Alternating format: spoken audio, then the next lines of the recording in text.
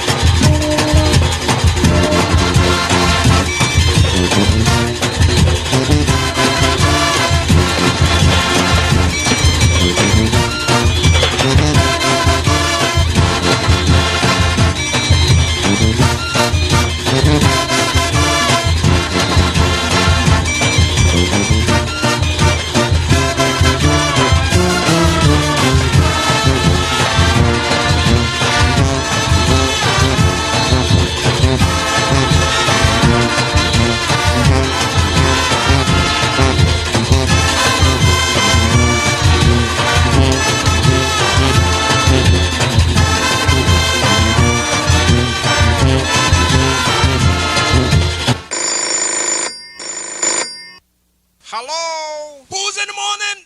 Bruce!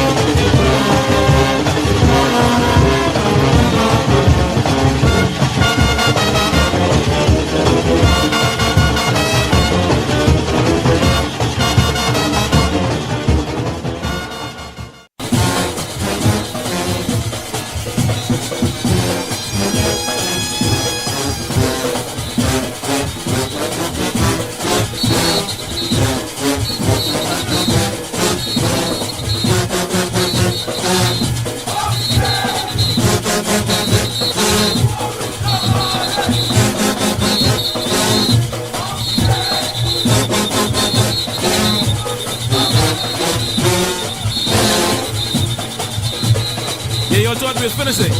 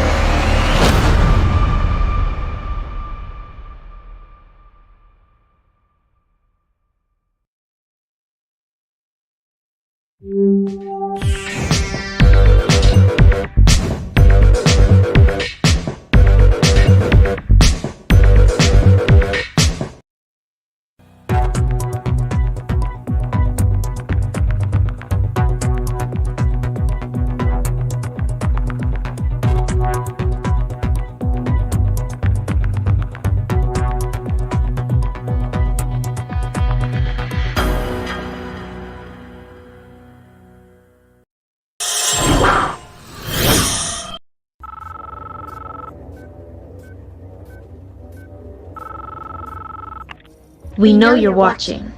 We can feel you. We know that you are afraid. Afraid of us. You're afraid of change. You're afraid of what happens when the Bahamian people find out that you've lied to them. I'm going to hang up this phone, and we are going to tell them everything. We are going to tell them who they are and what you took from them. Change is not coming. Change is here.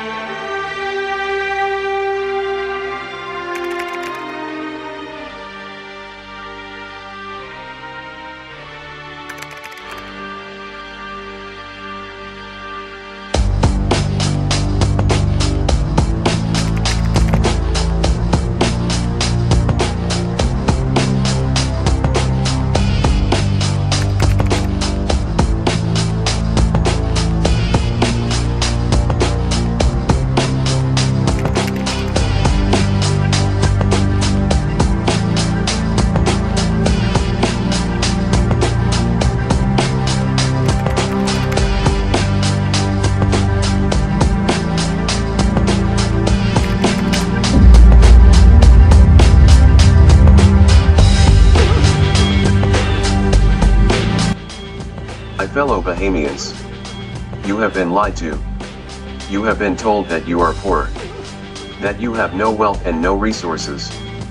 You have been told that your natural resources are worth nothing. You've been told that even if you had natural resources that only the wealthy could afford to mine and process it. While you were struggling to survive, they were secretly shipping billions of tons of your natural resources out of the country. It's time to learn the truth. It's time to end this myth. There is a dangerous cohort called the oligarchs. They have been using your beloved politicians as puppets to do their bidding. To distract you with rallies, handouts and jobs while they ran off with your riches.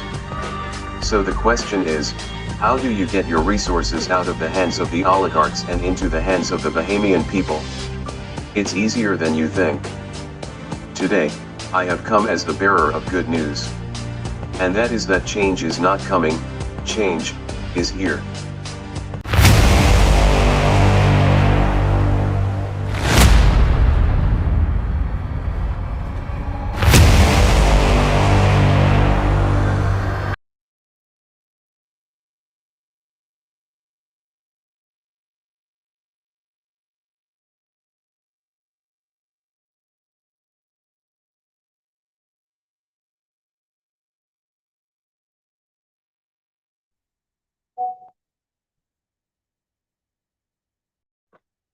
Good evening, everyone, and welcome to COI TV. I'm Charlotte Green, Chairman of the Coalition of Independence. Today is Sunday, September 4th, 2022.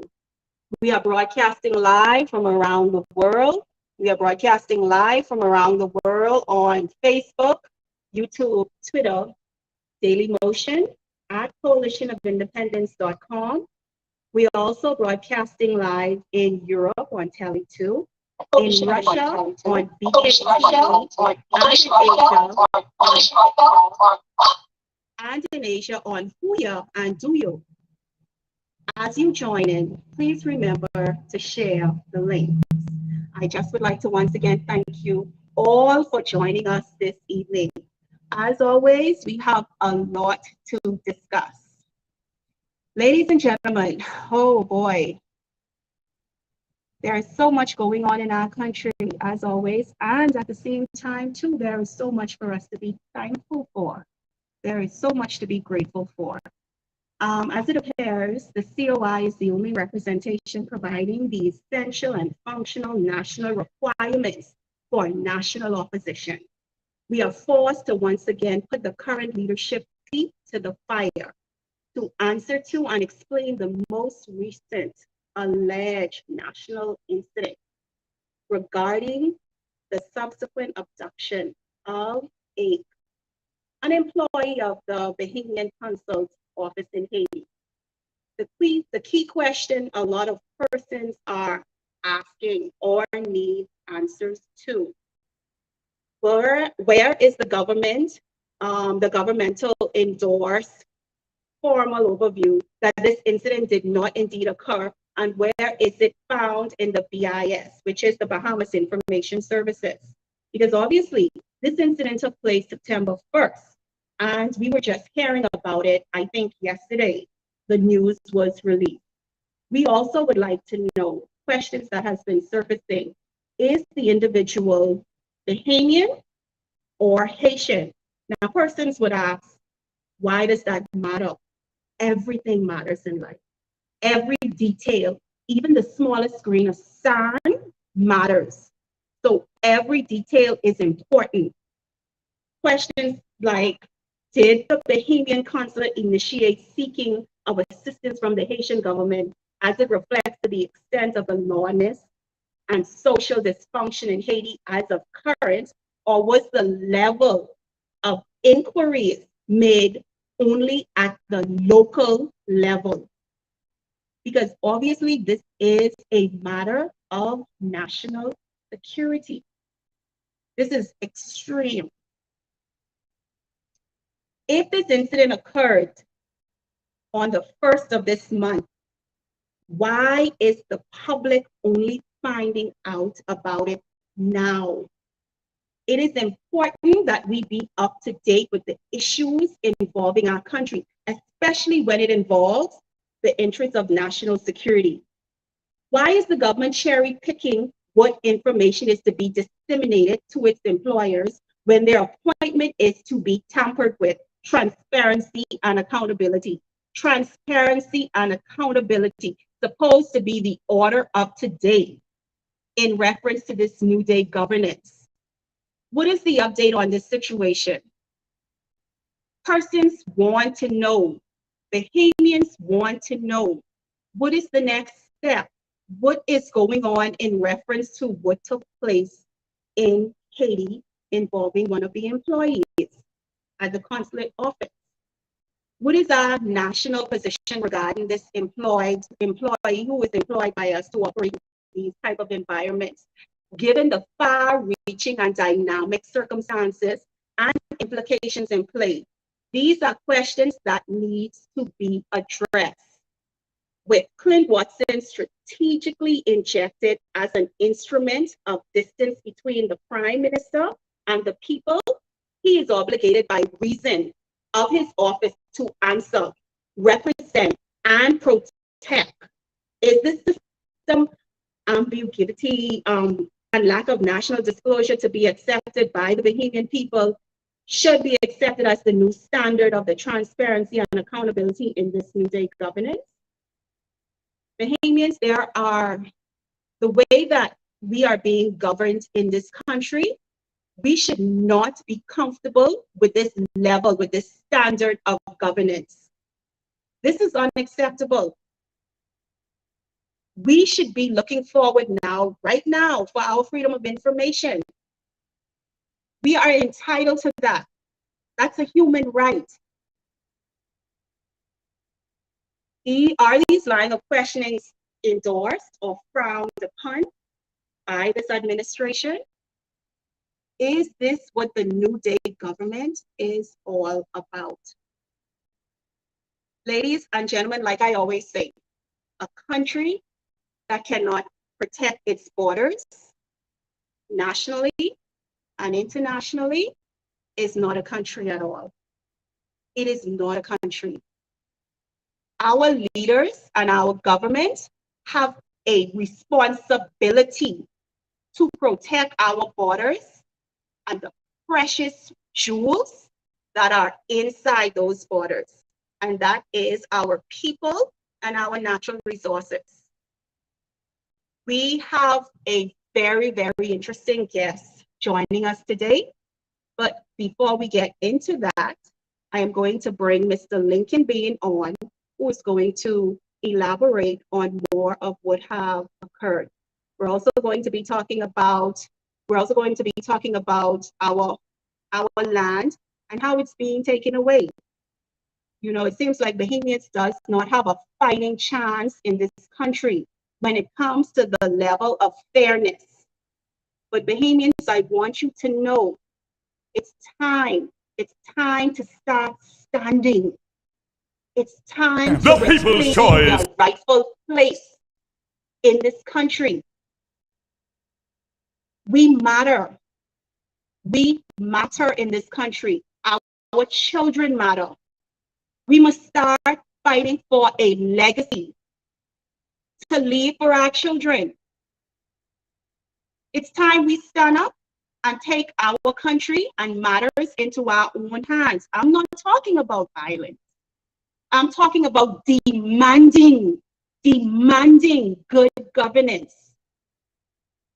Demanding good governance. People are all over the family islands, all over this country suffering. And a lot of us are playing blind to what they are dealing with. United we stand, divided we fall. One Bahamas. We must come together and demand good governance. Mr. Lincoln Bean, are you available? Are you there?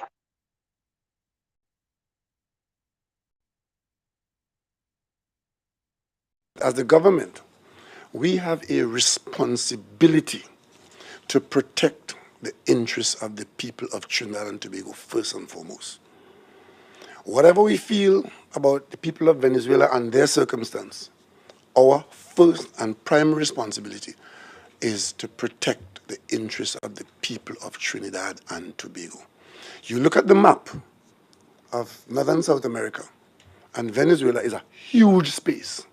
Trinidad and Tobago is a tiny dot in the mouth of the Orinoco River. Population-wise, we have 1.3 million people on these islands. Venezuela has 33 million people. Doesn't matter whose fault it is. The Venezuelan problem is for Venezuelans. We are humanitarian, we are caring, we help. But the help that Trinidad and Tobago can give has to be limited. This little island cannot be the solution to millions or hundreds of thousands of migrants leaving Venezuela. And secondly, international agencies, many of them with different agendas to our interests in Trinidad and Tobago, will not encourage us into converting Trinidad and Tobago, this little island state, island nation in the mouth of the Orinoco, into any refugee camp for the larger Venezuelan problem.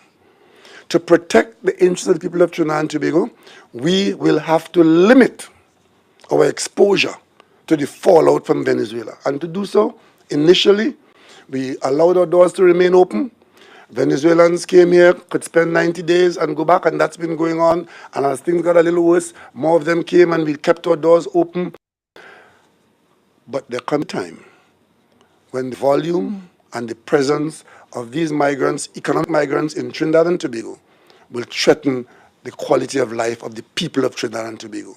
And it falls to us to protect ourselves from that. So therefore, the registration is one, to tell us how many are here, who they are, and where they are. That is to protect our interests. Now, in keeping our doors open, we're also keeping our eyes on how many people are coming into the country requiring sustenance. But more importantly, by keeping our doors open as wide as we had before, we are not naive. The criminal element saw opportunities. And if we don't manage our borders and keep our door sufficiently ajar to manage the flow through, then this new business of people choosing to enter the country other than the designated places to enter will overwhelm us. And that is why We are patrolling our borders, and the policy we're pursuing, and we want all to know this, if you do not come into our country through a proper port of entry, which remains open, but we are controlling the flow. If you come through other areas, you start by breaking the law, and if you are here illegally, we will deport you. Tomorrow morning, I meet with the National Security Council, and the instructions to protect people of Trinidad and Tobago will evolve to them. We can't just go and say we're protecting our borders and then pick up 200, bring them from the border, and not doing that. And those who are trading in that business of human trafficking will find no aid and succor in Trinidad and Tobago. And if we identify you, you'll be prosecuted. And those who choose not to go through the ports of entry, you're here illegally, and if you engage in criminal conduct of any kind, we will deport you because you are a guest, and we are now struggling with our own situations and yours. And if you abuse that, just remember, the interests of the people of Trinidad and Tobago come first in Trinidad and Tobago.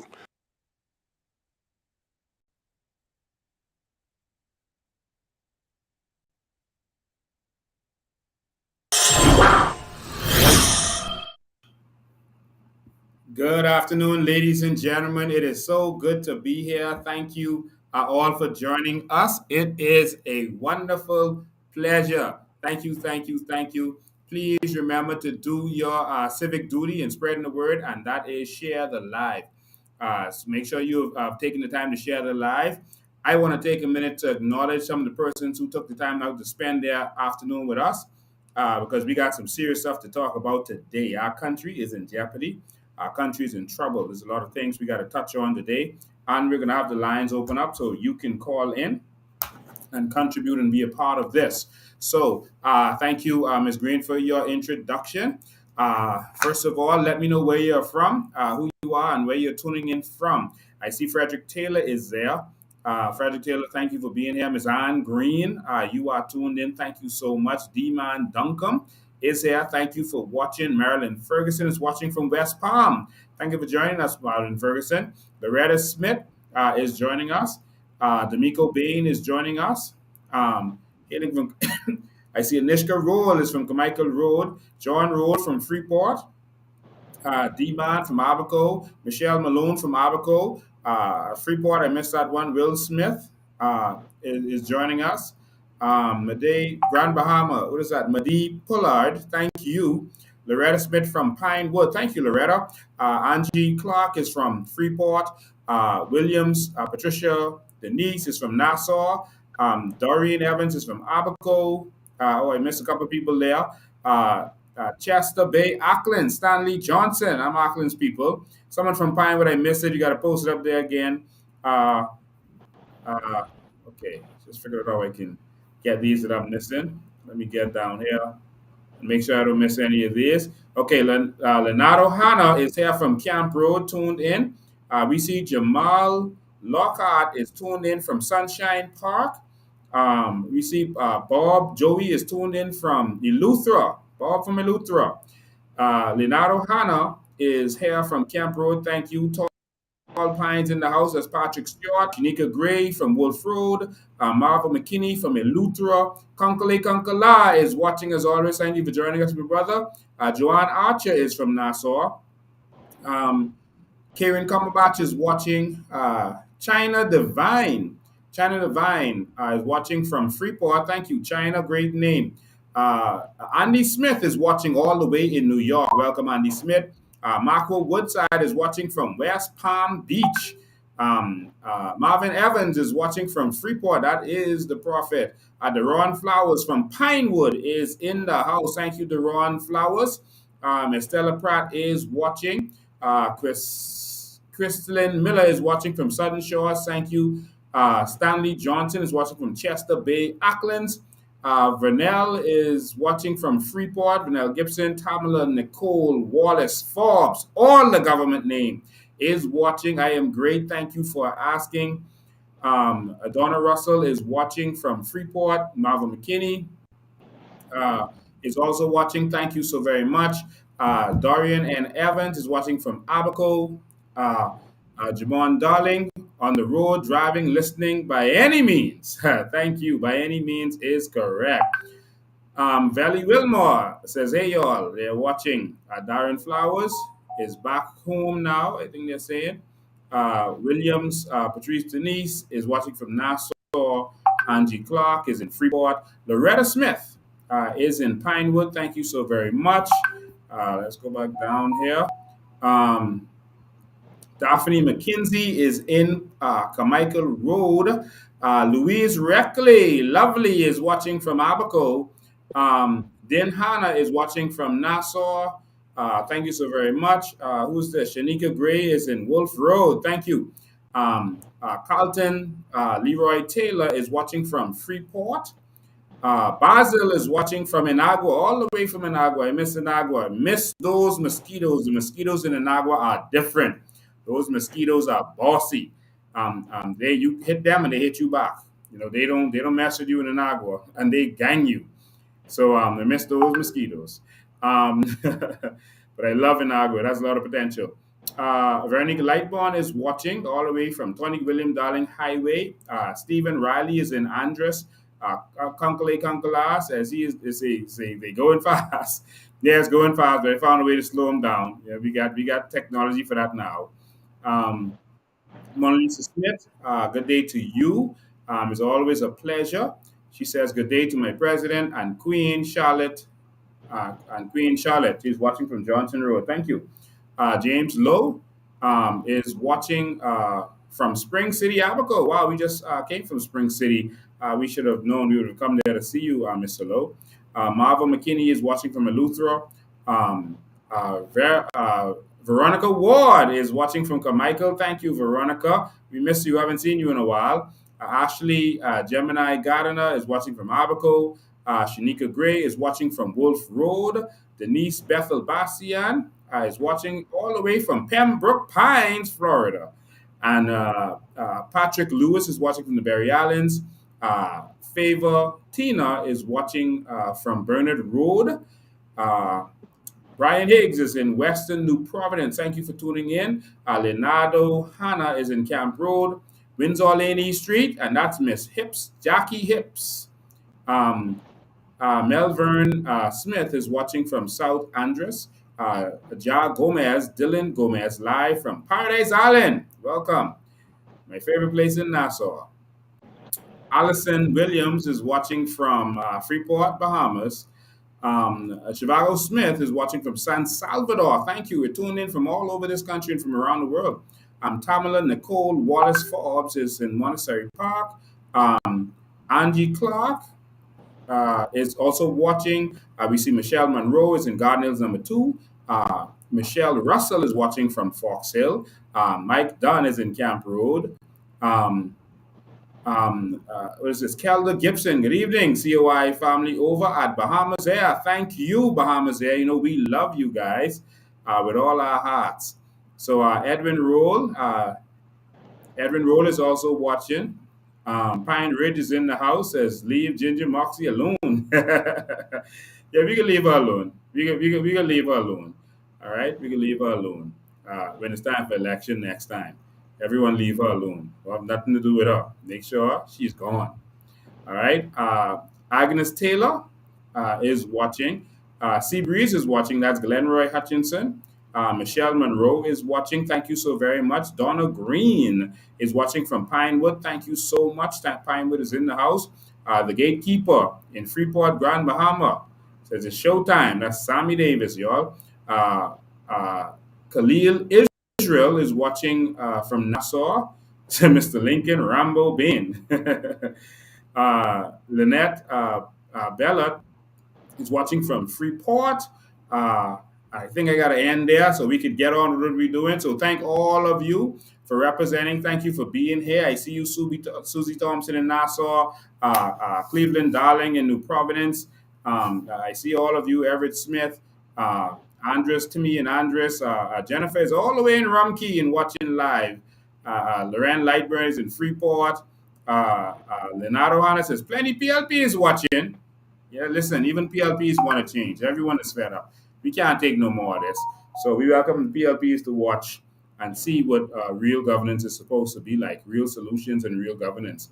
So they're welcome to watch these at all time. In fact, all of their leaders watch. So it would be smart if they watch so they can see when their leaders come up with something, they can see where they really got it from. All right. So thank you. Robert Joaquin is watching. Thank you, Robert Joaquin. Bimini is watching. That's Adrian Russell. Keller Gibson is from Bahamas Air. Thank you. Donna Major is watching from Baintown. Um, Melanie Thurston says, educate me, please. That's what we try to do every few days. The Lancy Clan is watching from Carmichael Road. Thank you, the Lancy Clan. This live needs to be at least 1,000 people every time Lincoln goes live. Yes. And it's spread out now because some people watch here, some people watch on the other pages. So now it's spread out. So you might not see all in one place, but it's a cumulative thing now. And of course, they try to block our lives, as you know. But don't worry about that. You just keep watching and you just keep sharing the link. Take time out to go on WhatsApp and share the link with your family and friends, etc. Make sure that we get this message out. All right, Dario is watching from Yellow Elder. Charlene is in Golden Gate number 2. I can't go any more than that. Thank you for joining us and thank you for joining in. All right, we had a good time last weekend enjoying the birthday of Michelle Green. We had a good time. We just want to wish her a happy birthday again. And she is getting younger and younger. I think she's all of 21 now or something near to that. And so we'll figure out exactly what it is at some point. All right. But I wish you a happy birthday again and to everyone who's celebrating a birthday now. And we give our deepest sympathies to all of those who have had a loss over this short period of time because we've seen the obituary pages so thick in the history of this country. It's like there's so much death over this country now. Something has to give. Something is going on. But we got to fix this country. All right. So I just want to thank you. Ladies and gentlemen, our country is under constant invasion. It is an intentional invasion, aided and abetted and perpetrated by the leaders of this nation. They have made a conscious decision to put us in a position where our total existence as a people is in jeopardy. And ladies and gentlemen, if we don't do something with this quickly, we are in danger. We need a new kind of Bahamians who love this country. And we need a new kind of foreigner who loves this country, who's willing to fight for this. Otherwise, this good thing that we love is going to be gone. We are not against foreigners, but we are for putting Bahamians first. That's what we believe in, and that's what we're going to do. That's what we're going to fight for. We don't just talk this. We do this. We live this. We're going to stand up, and we're going to fight. I just wanted to give you a quick update before we get to that. Um, that that corrupt police officer. We call him corrupt because he keeps doing things that seems to be illegal in our estimation. Forrester Carroll, as you know, had arrested some women on the farm. One old lady, an old grandmother, and he put her in there. She just had 2 back surgeries and made her sit on that concrete all day or until the next day. And I think it was totally unnecessary and evil. It made no sense. And it was because they wouldn't answer him back when he was talking. It was simple as that. He felt like they were doing him by not answering him back when he was talking, that they were ignoring him. And he decided to go to that extra level. And he decided to find something to charge them with. Something has to happen with that gentleman. He's not a gentleman.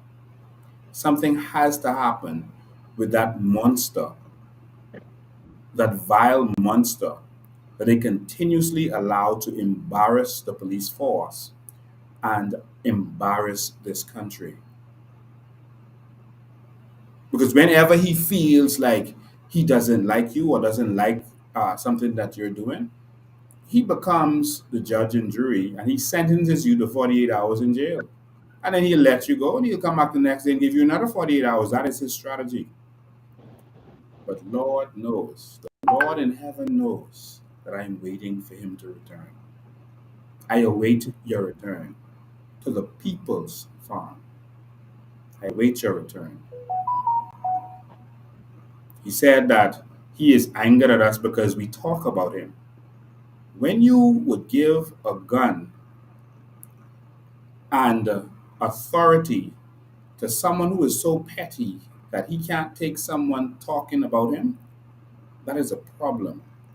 This gentleman, I keep calling him that because I'm trying to be polite. This vile, demonic viper called Forrester Carroll continues to abuse Bahamians across this nation.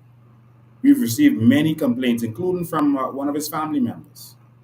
Many complaints from around this country of people who have been abused by this gentleman. And the force continues to allow him to do what he's doing. But again, we await your return. The first thing they taught us in police force was how to take people talking to you rough, because you can't be carrying a gun and be short patient. You can't have a position of power and abuse it by locking up someone before you even know what you're locking him up for, by locking up someone before you even have a complainant, by locking up someone just because you want to lock them up. That can't happen.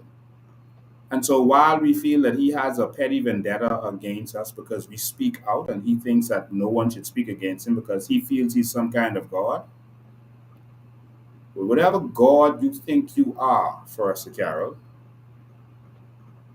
there's a God, a real God, who is greater than you. And there's some people that he sent to show you who the real God is. And so if you think that you're going to continue to abuse black Bahamians in this country, you have another thing coming. We await your return. That's all I got to say about that.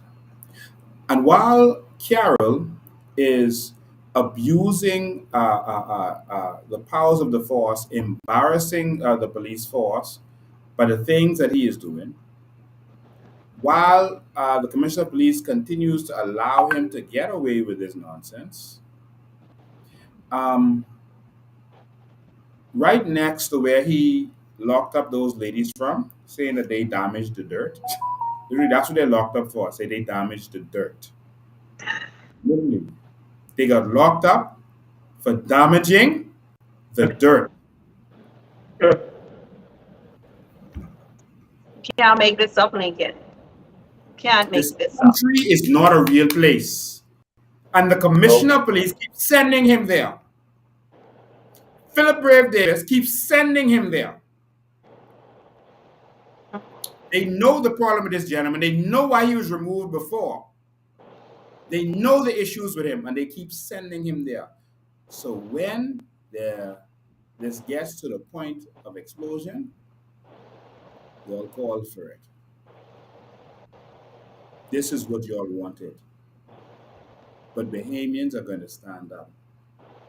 They're going to stand up. So, having nothing else to arrest them for, he charged them with damaging dirt.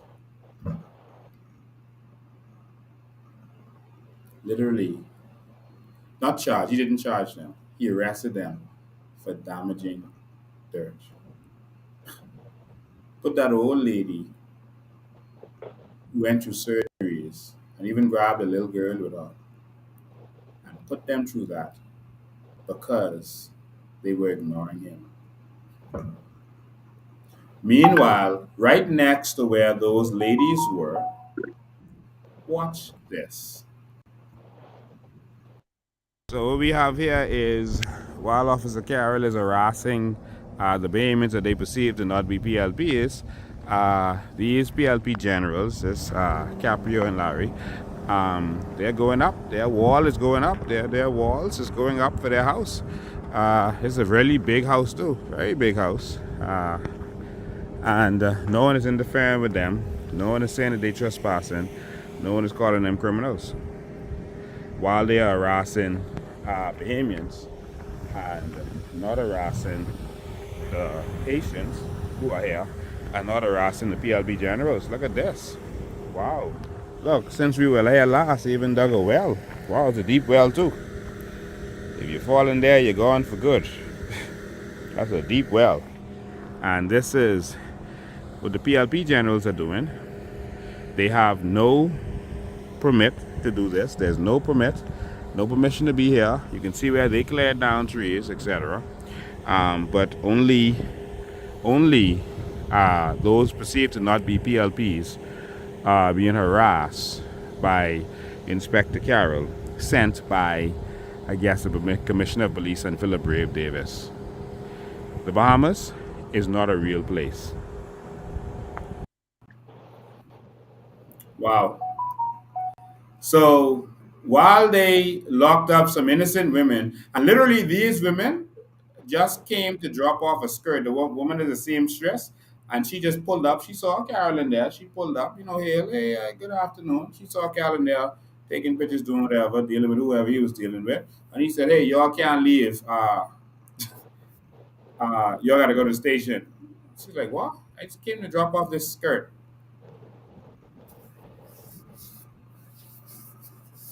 This is the level that the country has come to. So while the Haitians are building and building and building, uh, this is what Bahamians have to put up with. So the PLPs can build. They have no permit. They have no grant, no lease for that land. They have no building permit. They had no permission to clear down trees.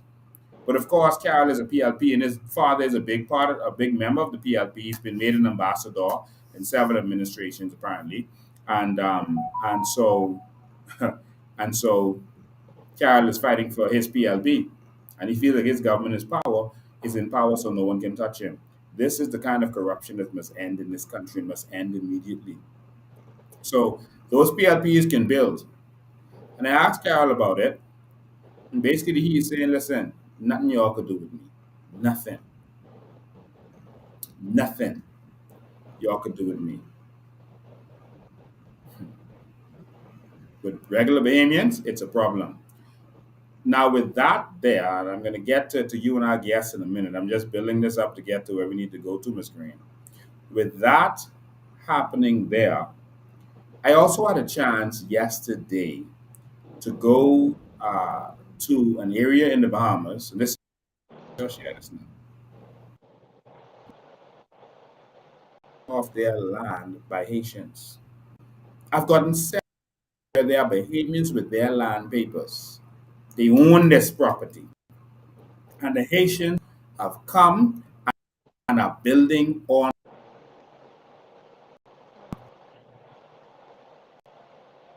within their power to get them off.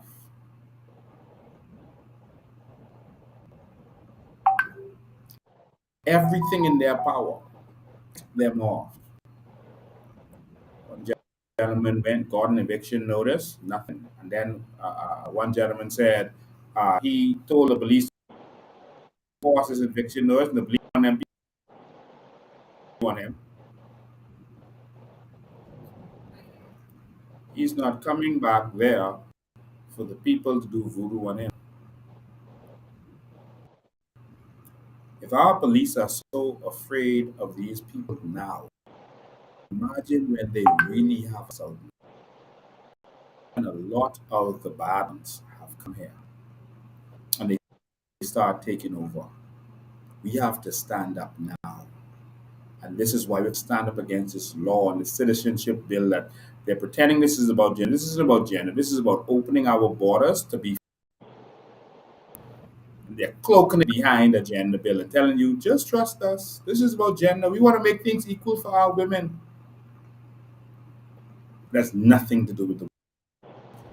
So I'm going to show you a couple of clips of what I saw and experienced a while back there. These people just came to take over. And so I'm going to show you the clip where the gentleman went to the point of doing everything right. Because Bahamians always do everything right. But everyone else, as long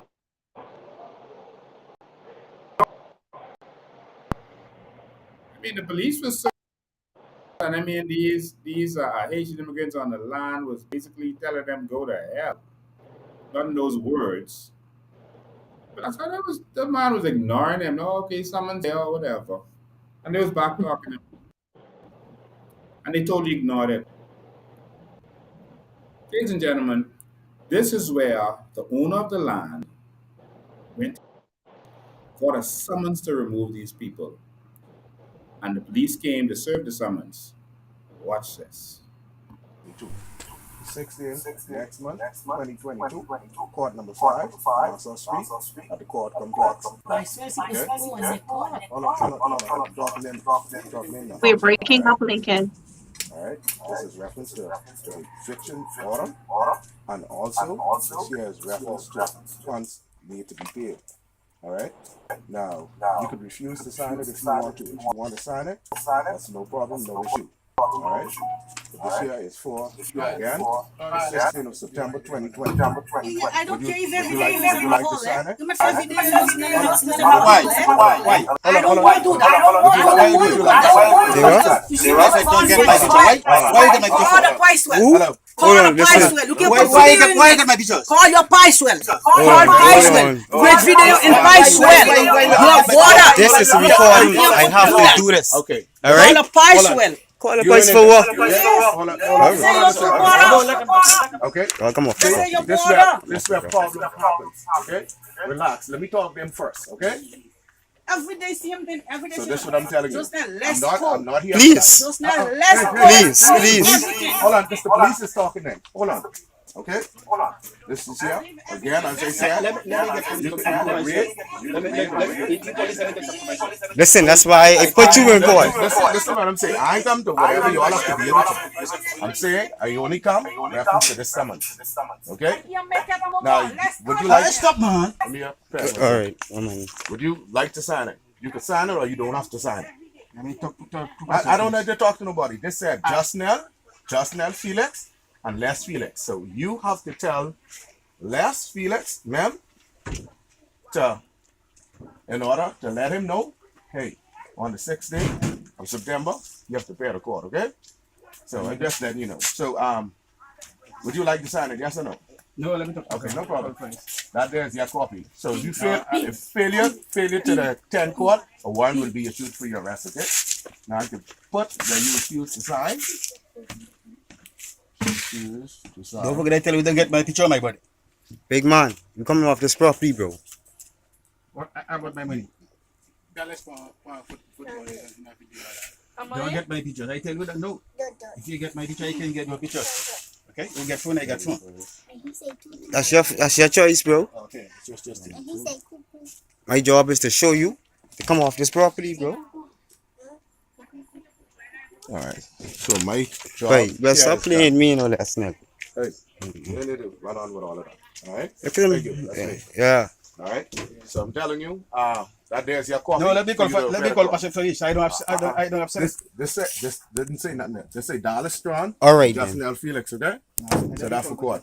They refused to sign your thing as well. All right then. No problem. I'm done. You need to. Okay, hold on. I get.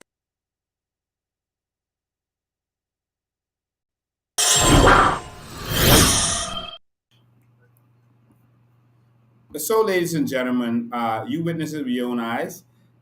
So the Bahamian went to do things. We always do things the right way, and we are always the ones who get abused. We're the ones who will apply for the crown land, and they will ignore us for 30 years, 40 years. Wait till we dead, and we don't get a response. But if you go on land, they lock you up. Yep. These people are literally trespassing. Instead of taking them to jail or getting them locked up, we say, you know what, I'll just get a notice to have them removed. I'll just evict them. I don't want to, treat them bad. I could have them locked up for trespassing, but let me just get the court to evict them. This is the second time. They didn't leave the first time. It's the second eviction notice that they're getting. They already had one that was ordered to be evicted to remove. The court tell them move. They say, man, listen, hell with y'all, we ain't moving. No, that's For our rights. And the lady that you heard in the background, who was the gentleman's wife, she basically said, and I saw this with my own eyes. She said, listen, I spend certain amount of thousands of dollars on this house, the house that was behind them, and she said, y'all will have to pay me to get me off this land. Now they went and built a house on the man land. And she said, y'all will have to pay her to get off this, pay her for the house. This is what we have come to.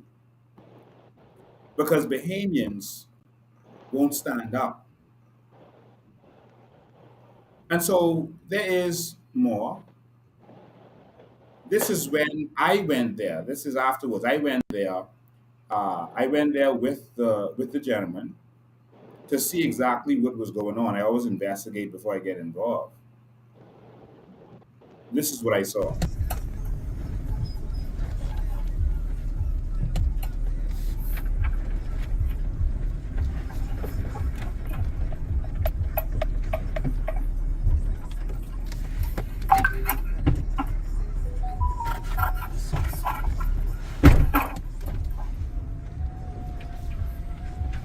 This was the brother trying to do. We can get rid of all them. But that's the two of the main two of them. This what we did. What's the problem? What about all these apartments on this? They build apartments on your property? I need rent. I need trying to rent. What? That's why I trying to tell you now. He pay like, I don't see all the most I send you. They units, you know. Wow. Ask him who put the people in there, and ask him if he can let in. Now, me, if you add them on, you put them in there. Me and you know you the landlord. You can let in. They ain't staying there for free. See that? Go up tomorrow. Right there, all these people that stand up right there. That's one of the brothers right there. Who taking the line? Yes, sir. Oh, wow. One way down to the end. So he just coming. Fine. Take your line. I can see one.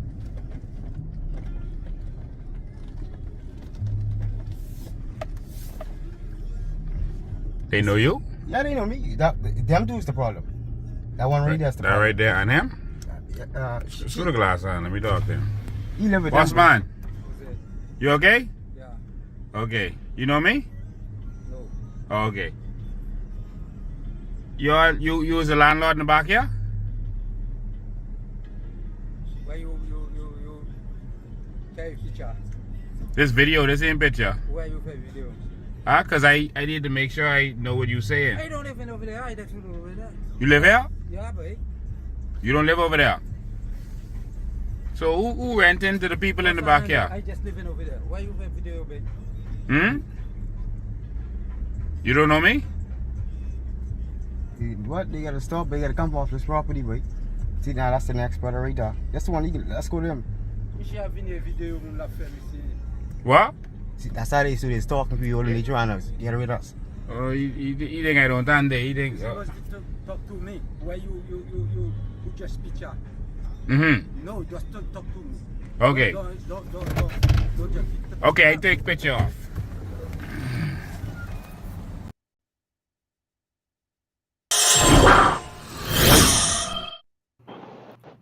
And so that one, he was using the word boy, and he was telling us, listen, you ain't taking no video of me. And he was bold. And, they are standing their ground. Y'all ain't telling us to move off no land. So, can I interrupt? Yes, go ahead. First of all, the ground is not theirs to stand on. The ground that same land belongs to Bahamians. Yes, it does. It does not belong to them. But you know what I said, Lincoln? At the end of the day, Penland did say, if Bahamians are not willing to fight for their own country, then they don't deserve to have it. He who fights for it deserves to have it.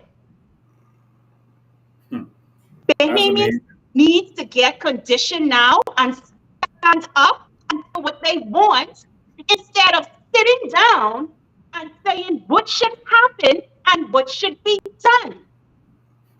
We now in a time where right now they're still using political tools to silence us. These tools should no longer be working because it's not only about victimization. We are on the brink of annihilation. Our culture is being diminished. Our land is being stolen.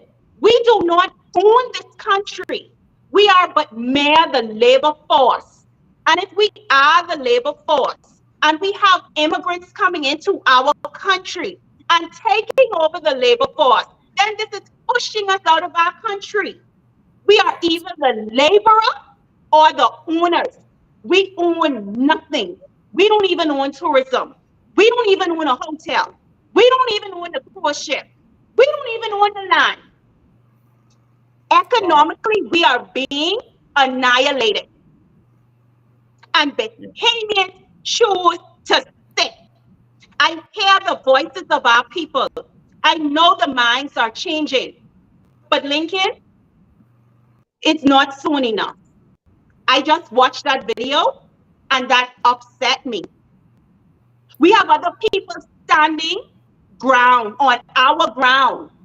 When the police, Hubert, when the police, Lincoln, and this is coming from a higher office, Philip Brave Davis is dragging our people off to jail for standing and trying to possess their own land in this country.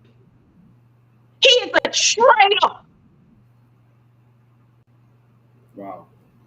He is a traitor. And listen here, that is not the only, that right now, that's not the only land that is being taken away from Bahamians. All through Abaco, homes are being taken away from the bank, from the foreigner, from the illegal. We are being stripped. We are being raped. There will be nothing left for our children. Nothing. We need to get to a point where our men in this country need to stand up. Our men. We have one country and we have nowhere to go. Nowhere. That right there, that upset me. Because that land is our land. That's our land. And I hear they're saying that Haitians built this country. Lincoln, Haitians built the Bahamas. They claim to build every other country except Haiti. You cannot claim to build something and your doorstep looks like that. If you came here and you said you built, you were paid. You were paid as a labor force, just how the other rest of Bahamians were paid. Bahamians, we need to regain the power in our country. Okay? We need to regain the power in our country. We need to reclaim our land. We need to take our land. No more asking. You don't ask for what belongs to you. And finally, we need to restore our culture and be proud and stand tall of what it means to be a Bahamian. I am an organic Bahamian. And if that offends anybody, kick rocks. Because guess what? Every country you go in, the citizens in that country are standing proud and tall to be whatever it is that they are in that country. Whatever it is. Bahamians, wake up. Wake up. Or you will never wake up. Wake up. That video really upset me.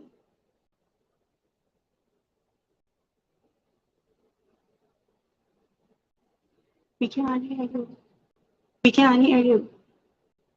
I can't hear you. I can't hear you. Okay, now you can hear me. Thank you. Thank you so much. Appreciate that. Wake up or you're going to be gone. Wake up or everything is going to be gone. One day you're going to wake up and everything is going to be gone. I want to show you this other video of when he just took me on the line and showed me what they were doing, how they were doing it. Man, these fellas build whole apartment, 1 building, and 1 building was like that's probably like a 12-plex. Every door was a section, and it was absolutely mind blowing to see what they did. Watch this. This If Bahamians dare try this in this Bahamas, they'll throw us under the jail. But watch this. They don't pay no rent? They don't pay me no rent, they don't pay me nothing. I don't want any money, no. I asked him for this property. The young man I asked him to help me chop my bush. The young man tell me, say, I must pay him $200 to chop my bush.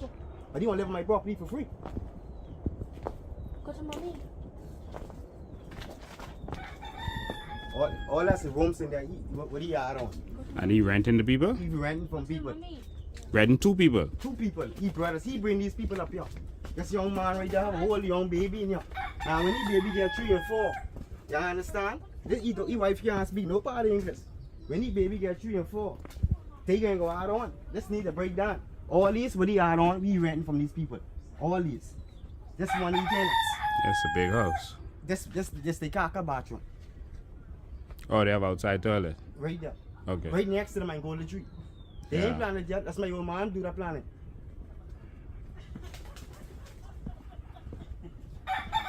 All these they ran. They believe up here. This wasn't like nowhere like this. That's the sun over there. That's the sun over there. And that's Jackson's wife. This one Rachel I tell you. She have a young baby in here. That's the baby daddy right there. Yeah. You see?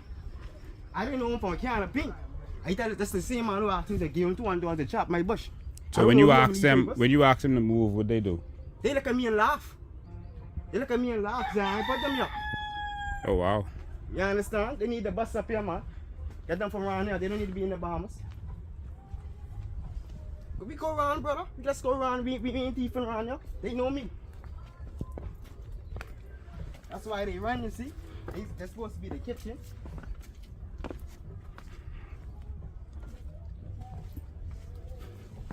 Where the kitchen? This is supposed to be the kitchen. All these room, all these right here, they run it. These units. These room.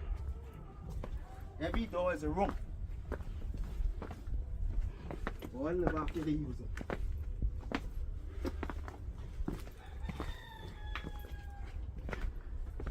A lot of them in the inside, they hear you. They hear you there. They doing a big thing in the cut here. They starting to do a big thing in the cut here. They gonna go build in there too? It's been in there too. Wow. All these is room. All these is room. Each one of these they getting rent for. This where the daddy live. This is where the next brother live right there. Wow.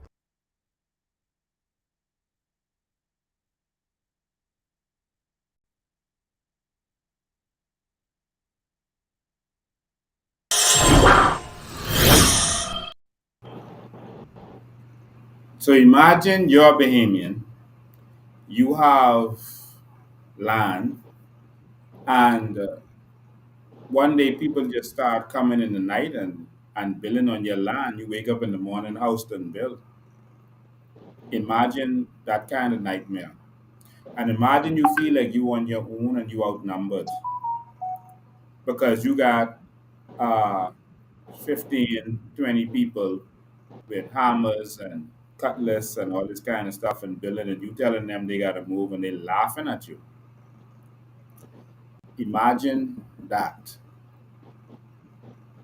Imagine when they really feel that they have us outnumbered. They know they don't have us outnumbered yet. They just have our corrupt, political, slimy politicians doing their bidding. Imagine you could wake up and it can all be gone.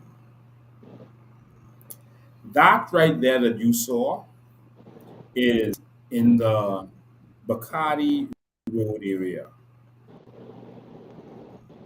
You're on Bacardi Road, the southern side. We're on the northern side. That's on the southern side. And that's in the Bacardi Road area. And that is right opposite, you know where World Changes International Church is? That's right opposite that. That's Pastor Valentino, etc. But it starts way before that. There's a huge area back there. It's about probably 300 acres in the back there. Not World Changes, Life Changes Ministries International. It's right that area. On the right hand side of the road, that's the western side. Let me tell you something. That is a huge area that they call one, they call it the 52, and they also call a part of it Chinatown. That's how big that is. When I say that area is huge, that area is huge. And so I'm going to show you that area that we were in. Let me just do a quick screen share. And I'm going to show you the area that we were in. Come on, do you see Lincoln, Yes. Bahamians are applying, have been applying for Crown land for years, decades. And some would receive letters back, and they would be told that there is no land available. No land available. Maybe you should reach out to the Ministry of Housing so they can see if you qualify for a home to lock you in, debt, mortgage. But these persons, these illegal immigrants, the Haitians, they have an upper hand over our people in this country economically. They are able to live rent-free. Even if they are paying rent for those buildings in the back there, Lincoln, it is not the same as what we're faced with out here. They have a serious advantage over us, and it's being thrown in our face. They don't get to pay utilities. They avoid a lot of the payments that we as Bahamian people have to pay for. And then when you look, they're coming out into the communities and buying up all the properties and the homes. When we have single mothers with children who are being put out and no help from the people's government. Bahamians, when are we going to listen to me? Someone could come to your door right now, and put you and your children on the porch, and you would allow them to do it? It's the same thing as allowing people to come into our country. And we're talking about it, but we're not doing anything about it. We have our MPs right now who are sitting up in the House of Parliament. We know where some of them are. They have never experienced a group of people approach them. You work for us, you work for me. What is going on with this illegal situation in our country? Why are we being put at a disadvantage? Why are we being persecuted, arrested? Wow. And this is coming from the top because brave David holds the key. He holds the key to the chest that houses our land. Brave David. So whatever Officer Carroll is doing, Brave David, it's coming from you. And this is not allegedly, this is coming from you. Yeah. And so I want y'all to see this area that is being taken over. And I feel your passion, and I agree with you 100%, Ms. Green. What you're seeing on the screen here, this Life Changes, Life Changes Church right here. And it starts from here. This is Carmichael Park here. This is Carmichael Park, Bacardi Park, and this is this Bacardi Road. And so from this, everything on this side, all of this is Shantytown. All of this huge area back here, all of this back here, all of this is Shantytown. All of this is about 300 acres. of just pure, see, all these little track roads, they go to shanty towns. All of this back here, the area where we were with those people, that was right here. All right, that was right here. What they did was they built houses around the trees, and there's a lot of trees and canopy. So there's some of these have houses that you can't see from Google Earth. Right, they're under canopy, as you can see as we was driving through. But all of this area, shanty town, all around here. All of this is shanty town. Shanty, see here? Shanty towns. All of this right here. This is about 300 acres of shanty town that they just took. They just took it. And they are saying, listen, y'all, Bahamians can go to hell. But our grandmothers and our grandparents can't go on our land, possess it and farm. No, I have a problem with that, Lincoln. I have a real problem with that. Because what you're telling me is my children, the generation to come, Bahamians, have no value. I have a problem with that. And every right-thinking Bahamian citizen should have a problem with that. I am not about to be politically correct. I am not about the photos and the pageantry. We have to deal with real business in this country, or else we will cease to exist in our own country.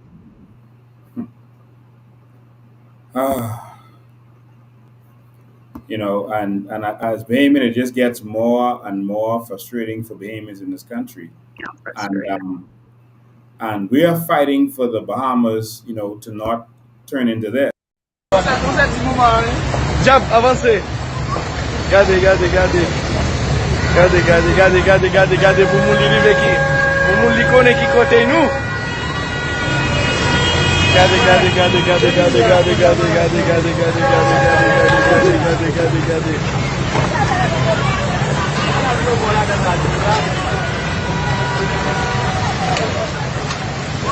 Wale sak di chye. Sak di chye kou wal volan ya. Sak di chye kou sak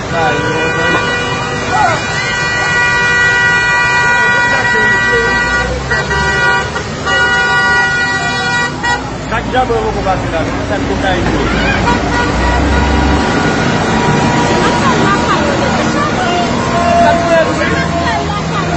Bakone, moi-même, bakone qui je m'appelle la market. Regardez, regardez, regardez. Regardez, regardez. Oh! Oh! Gile la main monter en l'air, oui. Son ami, oui, son ami, oui. Son ami Fatra. Son ami Fatra. Fatra Matissan. Ça va Fatra Matissan, ça va très pays, tout pays.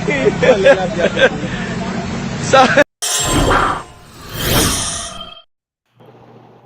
And we are fighting for the Bahamas to not turn into this.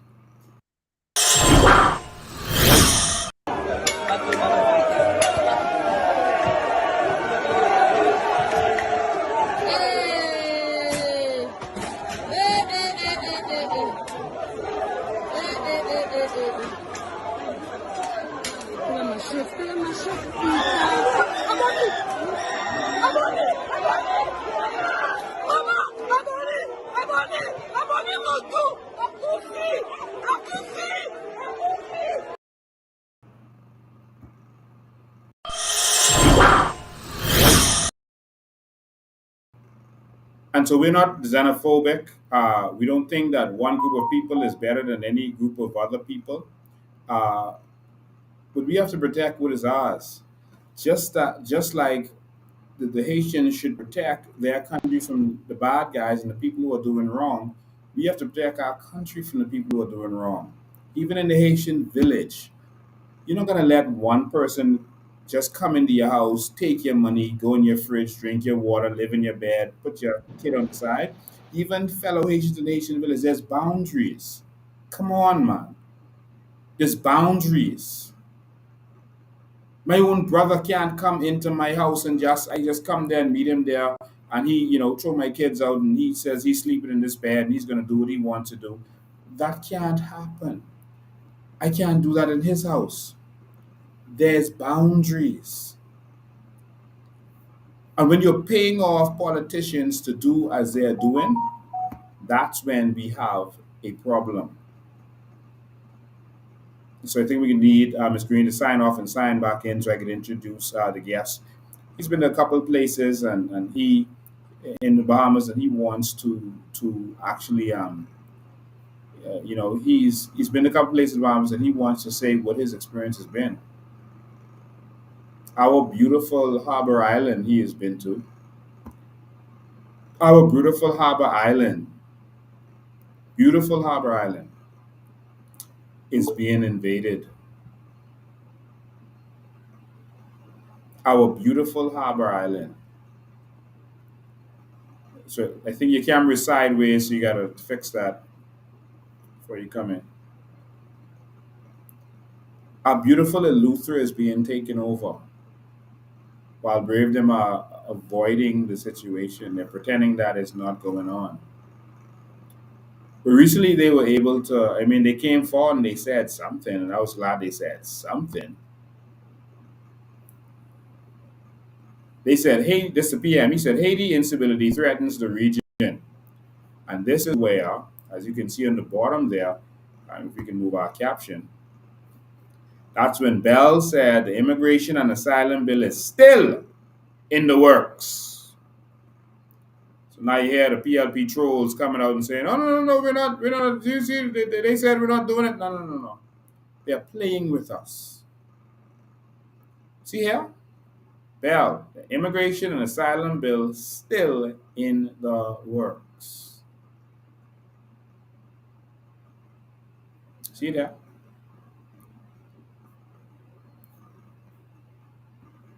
If y'all let these politicians trick y'all because you're simple-minded and gonna fall for their tricks, then that's on y'all. Ms. Green, before I go on, I want to introduce our guest. He's a supporter who has been working hard in the trenches, and he had a chance to go around a couple spots. And I want him to just say his experience, to say what he has been seeing and what's going on in our country. Okay, Mr. Floyd. So Mr. Floyd Thurston is going to come on. He's a businessman. He travels all over the Bahamas, and he is you're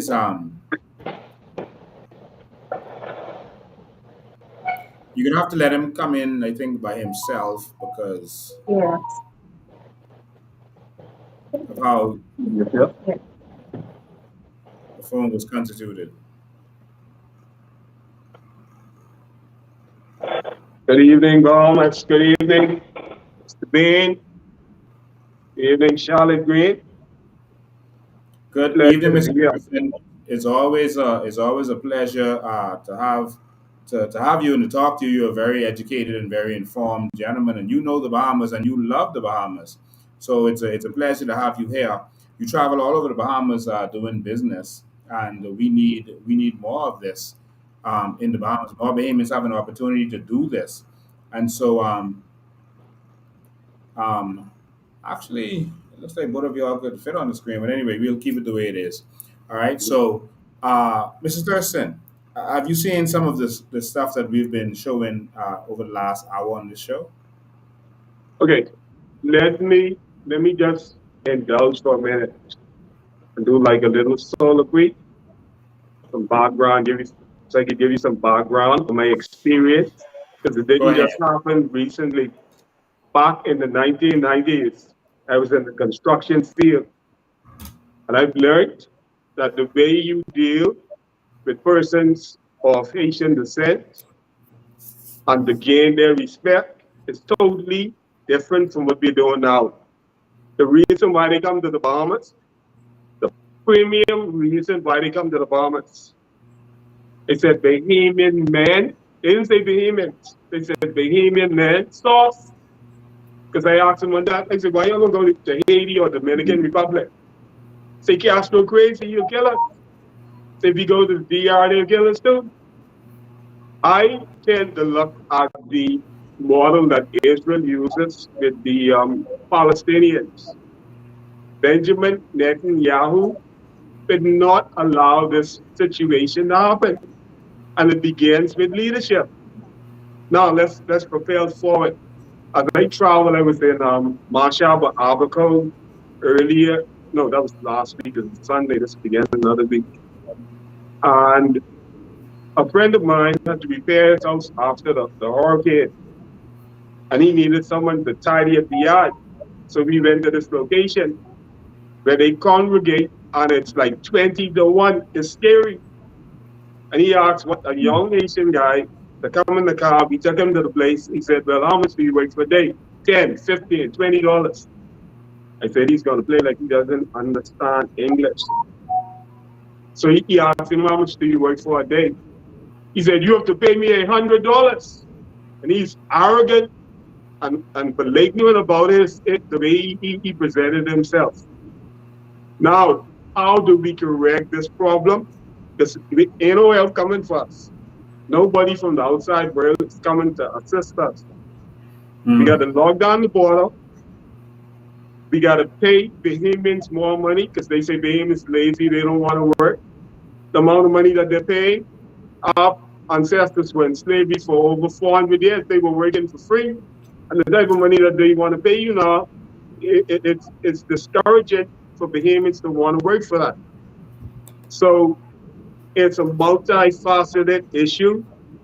We need to have diplomacy at the top level, but the average Haitian citizen is probably more illiterate than the average. So how do you correspond and communicate to them that, hey, Haiti's problem is not our problem? Yeah. So that's to go at the diplomatic level, to the UN, to probably CARICOM, to probably the OAS, probably have a conclave with governments in the region, with Jamaica, Cuba, Puerto Rico, Dominican Republic, and Haiti, have dialogue with the Bahamas. As human beings, we're supposed to be intelligent. There has to be a resolve. Haiti might have to have a policy where they have one-child family, but then would they adhere to it? Then you might have to put a carrot, some kind of benefit, whereby they, I don't know, it's a complicated thing to deal with. Very complicated. Yeah. Well, there are solutions, and we've been putting forward solutions, and we are going to continue to put forward these solutions. But the problem is not the solutions. The solutions are very easy. We can close our borders. The problem is corruption. And because these people are being paid off, and then they pretend, they go around in their coat suits and pretend that, they have the people's best interests at heart when they really don't. And this is one of the biggest problems that we have as a people. And so tell me, Mr. Thurston, you've been traveling recently. You've gone to a couple places where, we're being invaded. What, as a Bahamian, a regular Bahamian, what have you seen? Okay, basically, I've watched live videos of yourselves in Abaco. And I'm a type of person like this, I'm like 1,000 Thomas. Even if I see it with my eyes, I have to behold it in person. So I went down to Abaco. I see Abaco is dominated, at least Marshall in the area that we frequent, is dominated by persons of Haitian origin.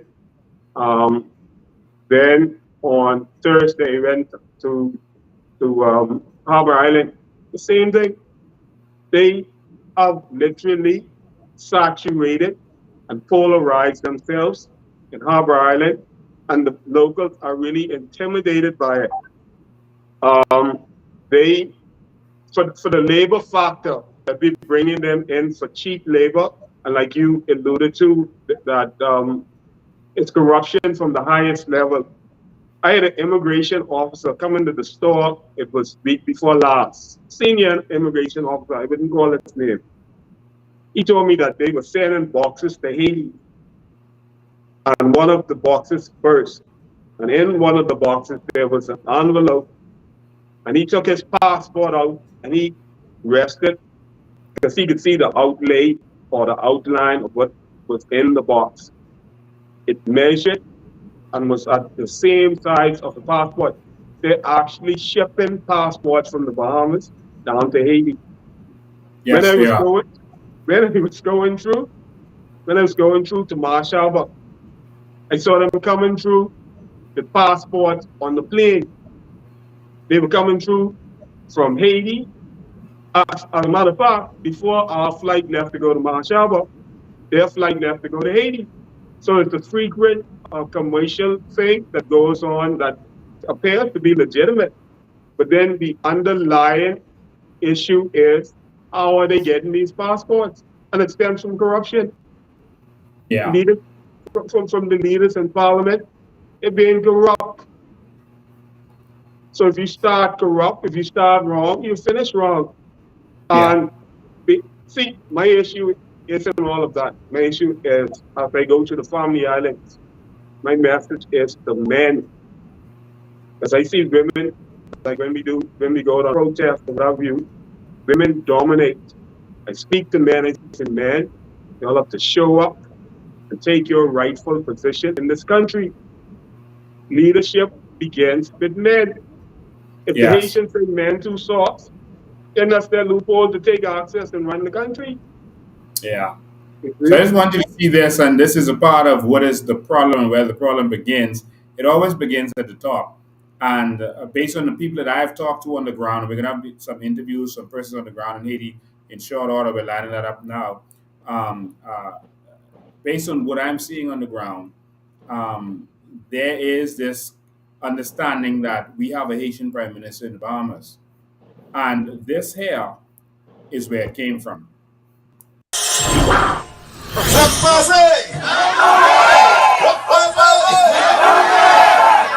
Let me just say that I have always been a part of this community. And there's no accident right now to all the dancers. Because I always be and share with you. Because you are me and I am you. And I'll be here with you always. And those who knew me from the past and know me now, they always knew that I was there and always been there for you. I don't call you all, no, you all are not Haitians, Bahamians. You are Bahamian, and your origin is Haitian. Mine too, and many of us. We have to stay apart for now so we can be together later. You know now.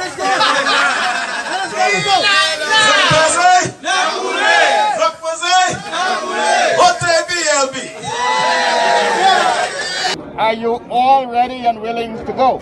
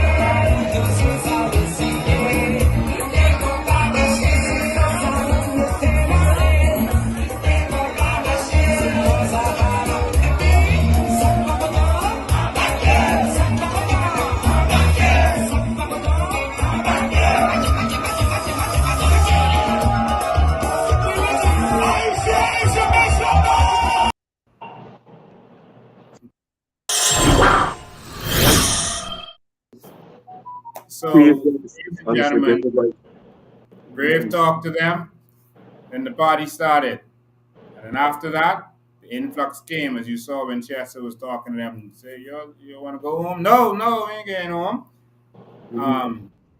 That was a PLP rally that they had in the Asian communities. that you saw just now. I don't know if many people got a chance to see that, but yes, PLP rallies did take place, and they were promised some stuff, and that is one of the reasons that we are where we are. Mr. Thurston, how could we let our jewel of this country, Bryland, be taken over? Persons are obsessed with power beyond reason and intelligence. There's no way other than being diabolical, treasonous, traitors. Um, how could you allow, how would America allow me, because they live in America for a little while, they would take me to a vetting process to get my green card. Then after they get the green card, they take me through a long process to get my citizenship before I can vote. How you can just get a passport overnight and be eligible to vote? Are you a citizen because you have this passport? You're an automatic, immediate citizen? Where else in the world could that be done? Besides the Bahamas? Wow. And I want to break down some understanding for persons who don't know what's going on. Because a lot of people think that, oh, these are just poor people coming to get help. And many of them are not. Many of them, if you could find $8,000 to pay for a visa, or you could find five to now $8,000 to get on a boat to come here. I don't know many Bahamians who could find a kind of money like that to do anything, to make a trip, to move. If they tell many Bahamians they got to find, $8,000 to move to Canada, that's a problem for them. They're not going to be able to afford that. It's not just about that. There's a serious culture problem. People say that we need, and Brave Davis made this ridiculous, utterly ridiculous statement that we have to go in there and we have to help Haiti. I don't know where he got this nonsense from that we have to go and help Haiti. Um, we don't have to help Haiti. We are drowning. We have people living in their cars on the beaches. We have people pulling up in the police station in the middle of the night to sleep because they don't have nowhere to sleep and they don't feel safe, so they're living in their cars. Some of them with children. They are homeless in this country. There are people who are filling the lines at Bishop Hansel's place, at the Singing Prophet's place, every day to try to just get something to eat. There are people who are hungry. We need help ourselves. And so to talk about going over there to help, it shows that Philip Brave Davis does not know what's really going on. Mr. Thurston, as a businessman, I will tell you that I spent time in Haiti after the earthquake. I arranged to have planes going down there and assisting them. I even I started doing business down there. And I went down there and I started helping. I gave charitable help down there. So I don't want people to think I'm xenophobic. Because just like I've helped Bahamians over the years and I continue to help Bahamians, I went to Haiti and helped them when they were in their situation. I don't talk this, I do this. So no one can say that I am xenophobic because I've done more for Haiti than any politician in this country. I went there and assisted. There's a culture in Haiti where persons see, there's a voodoo culture. Not everyone in Haiti does voodoo or even believes in that. And some are afraid of it because they believe that you're going to lose a loved one, a close loved one. And they'll always say, watch the politicians. If you see election season coming up and they lose like a close loved one, like Minnis did, or a close, that's in 2017, or a close loved one like Brave did before election, they say, watch them. That means they participated in some voodoo. Um, Sacrifice. that's their belief. So that's why some don't want to do it because they don't want to lose their close loved one. So not all of them do it, but some just don't care. They loved one got to go. They want what they want.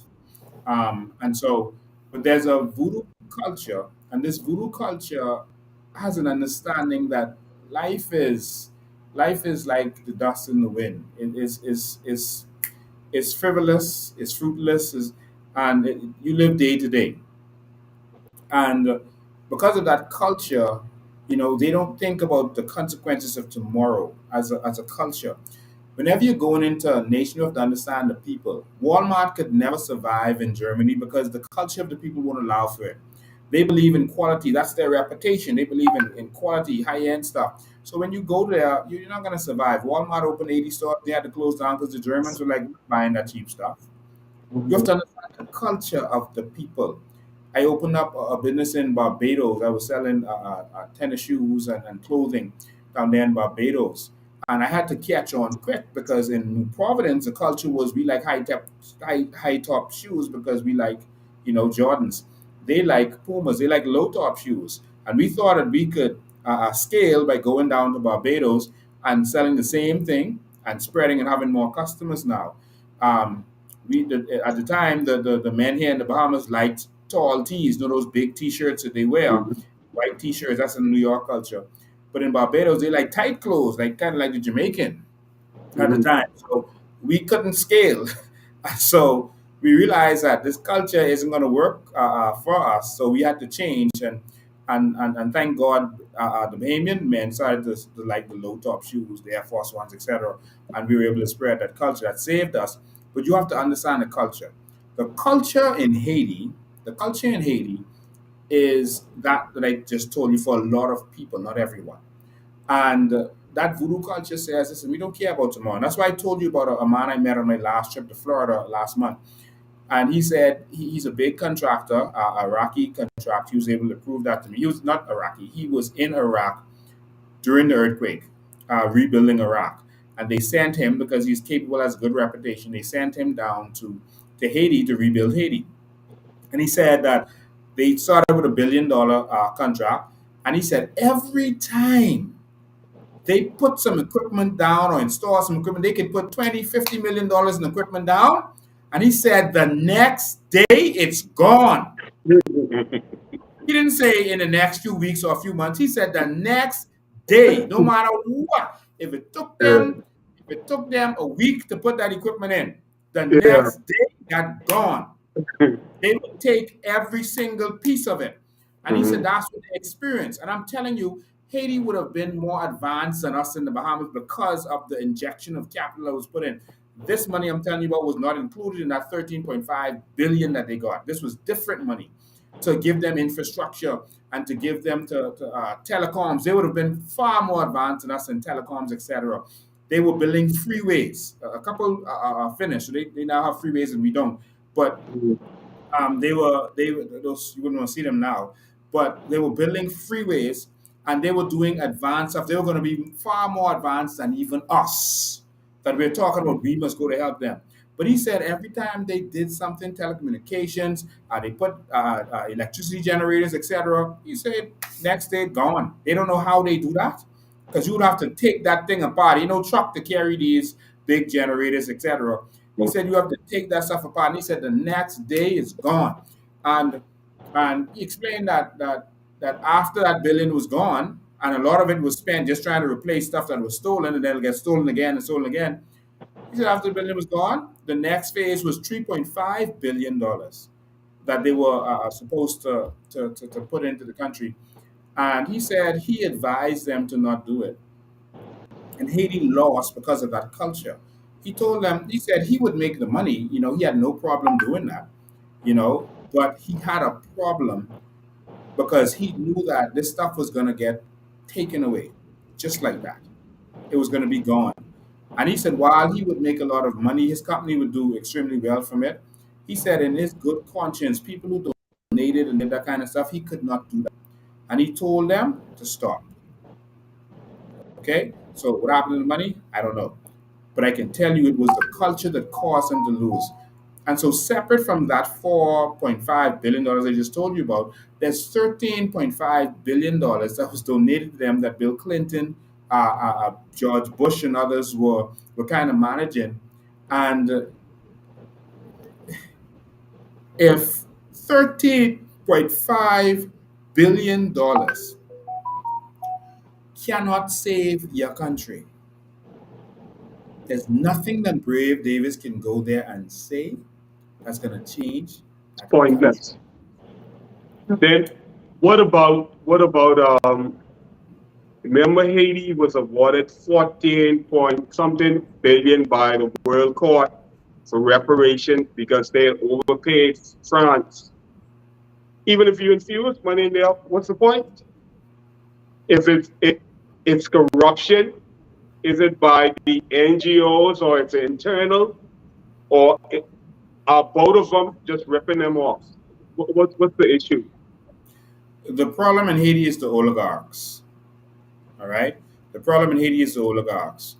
The poor people on the street don't have money to buy guns. Those Mhm. expensive machine guns and stuff that they don't have that money.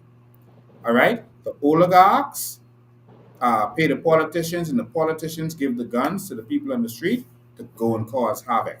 Now, they're trying to get them to get control of different areas for political gain. So when election comes, you vote for our man. We in control of this area, you with us. That's a different mentality. And so we can't understand it because that don't make no sense because no one could control us and tell us just because someone think they control this area means we must vote for them. But that's how it is. It's kind of like when I was growing up and different street gangs control different areas. So if you were in Pinewood, you were with the Swamp Dogs and you had to be with them and that's what you were. And the other gangs, the rebellions in South Beach, treated you like that, so you might as well join because if they know you from Pinewood, they're gonna beat you up anyway. And so they try to get control of the different areas, and they're trying to do that before elections. So all this is about this election that is supposed to come up. So all of them are jockeying for powers, and the oligarchs are trying to make sure that their people control the streets so that they can control whichever politician is in. That's what this gang war is about. So Brave saying that he is going there to talk to the gang leaders shows that he has no knowledge of what's going on. These people don't have a worldview. We've had a lot of politicians that don't have world experience, world business experience, and a world view. Pinland was just out of college. He never really practiced law. He was just a young man who wanted to see change. And so, he didn't have that kind of worldview and a lot of experience, and that's why he got swung with the Aragonite thing that you saw in our documentary. Ingram, he didn't even have a college degree or any college experience, and he's never really run a business. None of our leaders, none of them, not a one of them, have actually run a business before they became prime minister. None of them. So who's the prime minister going to speak with? He's going to speak with the oligarchs, the He gang said leaders. that he's going there to speak to the gang leaders. Okay. All right. And this it shows that he doesn't know what's really going on. All right. It's senseless. Yes, it is. I see someone on here, Kendry PS, and he's watching live in Haiti. Welcome from Haiti. I don't know what part of Haiti you're in. If you can tell us what part of Haiti you're in, that would be good. Tell us what part of Haiti you're in. We'd also be willing to let you come on here and say what you're seeing and what you're experiencing down there in Haiti. That's Kendry Pierre. I don't know who it is, but he said he's watching live in Haiti. All right. So they need change in Haiti, but it can't come from the Bahamas.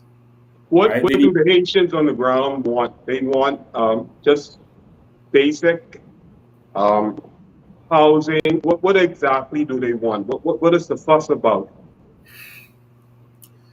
The fuss is about politics, and this is what I'm explaining to you. The oligarchs want their people in place. So it's kind of it's not exact, but it's kind of like Frankie Wilson and them are always going to fight for the PLP to get in. The FNM and PLP are the same, but they want to make sure they get more contracts and have their people in place to do certain things. And so they're always going to fight for that. Brent Simon and them, no matter what, they're going to always fight for their oligarchs too. They're going to fight for the FNM to always get in. So it's really a political war on the ground, but it's different than we understand because their political war is controlling the streets, and that's what the gangs do. They break the neighborhood, and that's what they do. Now, a lot of kidnapping is going on because they're trying to control the streets. It's almost like when we were trying to control COVID, they had lockdowns and they had police checkpoints, and they told you what you could do and where you could go. They took control of you. That's what's happening in Haiti. They have lockdowns, the gangs have lockdowns, and when you come out of your house, you're going to get kidnapped. And so they're going to grab you, and this is the first time in history they are actually kidnapping regular Haitians. Normally, they would kidnap business people. And so while I was there, I spoke to a lot of business people, and it was just a part of business. Being kidnapped was just a part of business. You just had to make sure you had access to a certain amount of money, so when you get kidnapped, you could pay. And they said they would treat you good and they would let you out. Once your family or your business partners paid, if you needed medication, they'll get that for you, and Mhm. they'll make sure that while they're compiling the money, they take care of you.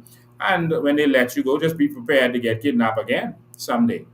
But they would get lots of money. And so that's what's happening now. As you leave the streets, they're kidnapping regular people and calling the family and saying, "Listen, bring some money or he's dead."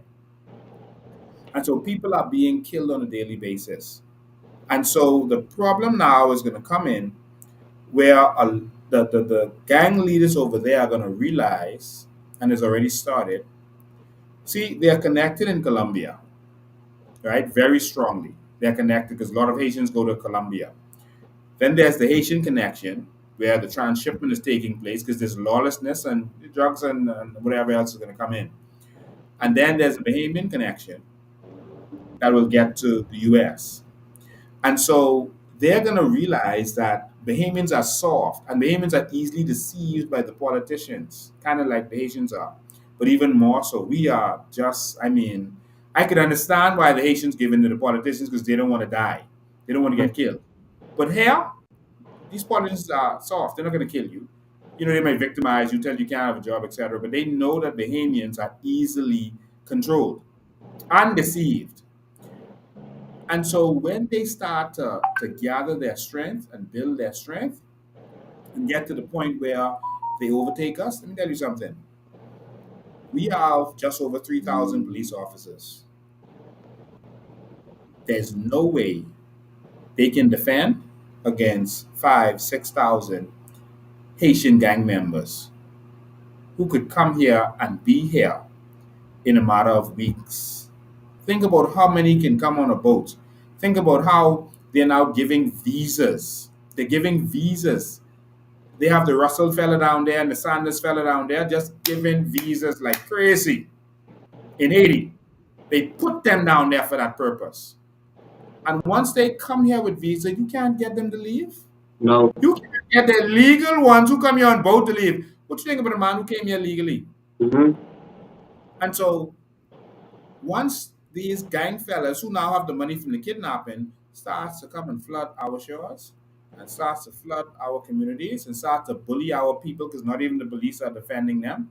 And other Bahamians are saying, "Oh, leave them Haitians alone, leave them sweet They are Haitians none of alone." these soft. Then, not only that, remember during the earthquake, they had prisoners that were released. Nobody know where they are. They had military that were released. Nobody knows where they are. And see, in Abaco, they own their own gas station. So the drug money bought the gas station. I don't know who they bought it from. They have their own ecosystem in Abaco. They have their And they own are buying ecosystem. land in Abaco now. They have money to buy land cash. Mm-hmm. Cash money. They're no longer in the mud or pigeon key or whatever they call it. They're out front, live and in living color.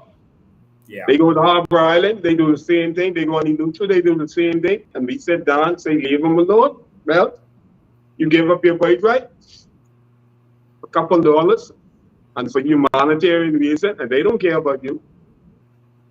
See? So I want to thank you for your contribution. I'm going to open the phone lines and let Bahamians come and talk now.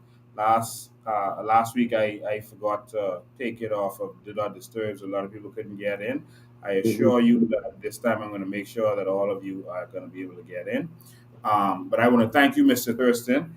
Thank you for standing up as a Bahamian. We need more Bahamian men to stand up.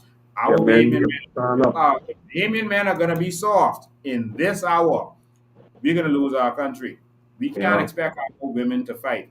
And so we are going to go to the House of Assembly when it opens to let the government know that we've had enough.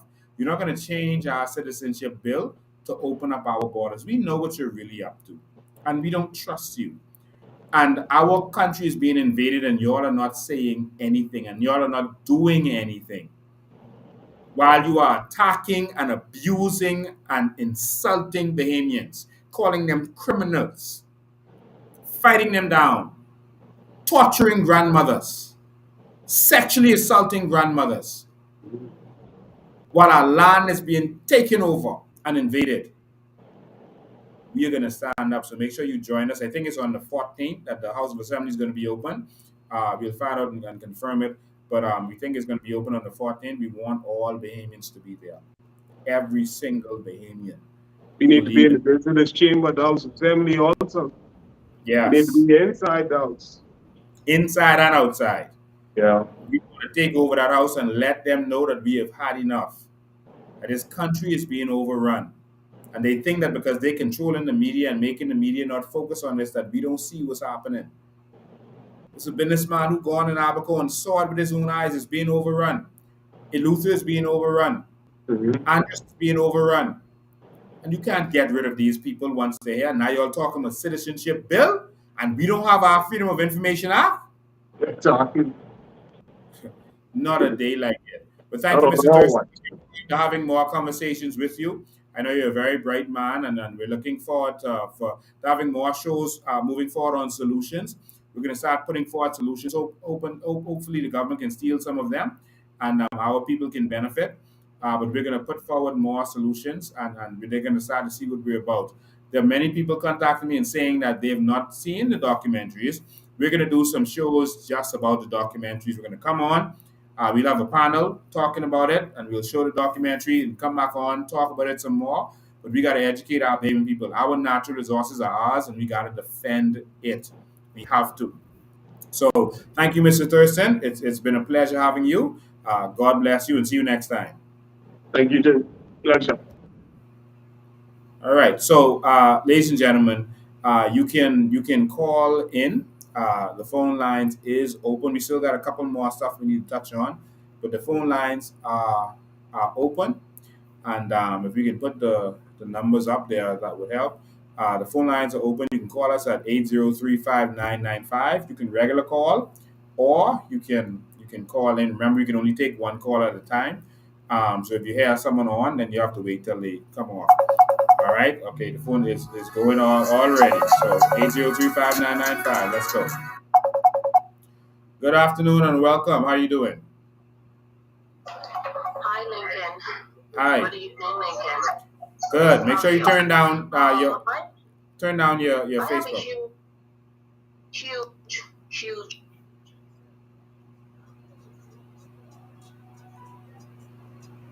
Go ahead. Can you repeat that? In Haiti, at the Haiti embassy, Yes. being kidnapped. Now, I need to ask you a clean, straightforward question concerning that, because we've never had that happen to us before. Ever. Wow. Isn't that an act of war when they attack Bahamians like that in an embassy? Isn't that an act of war from another country? What they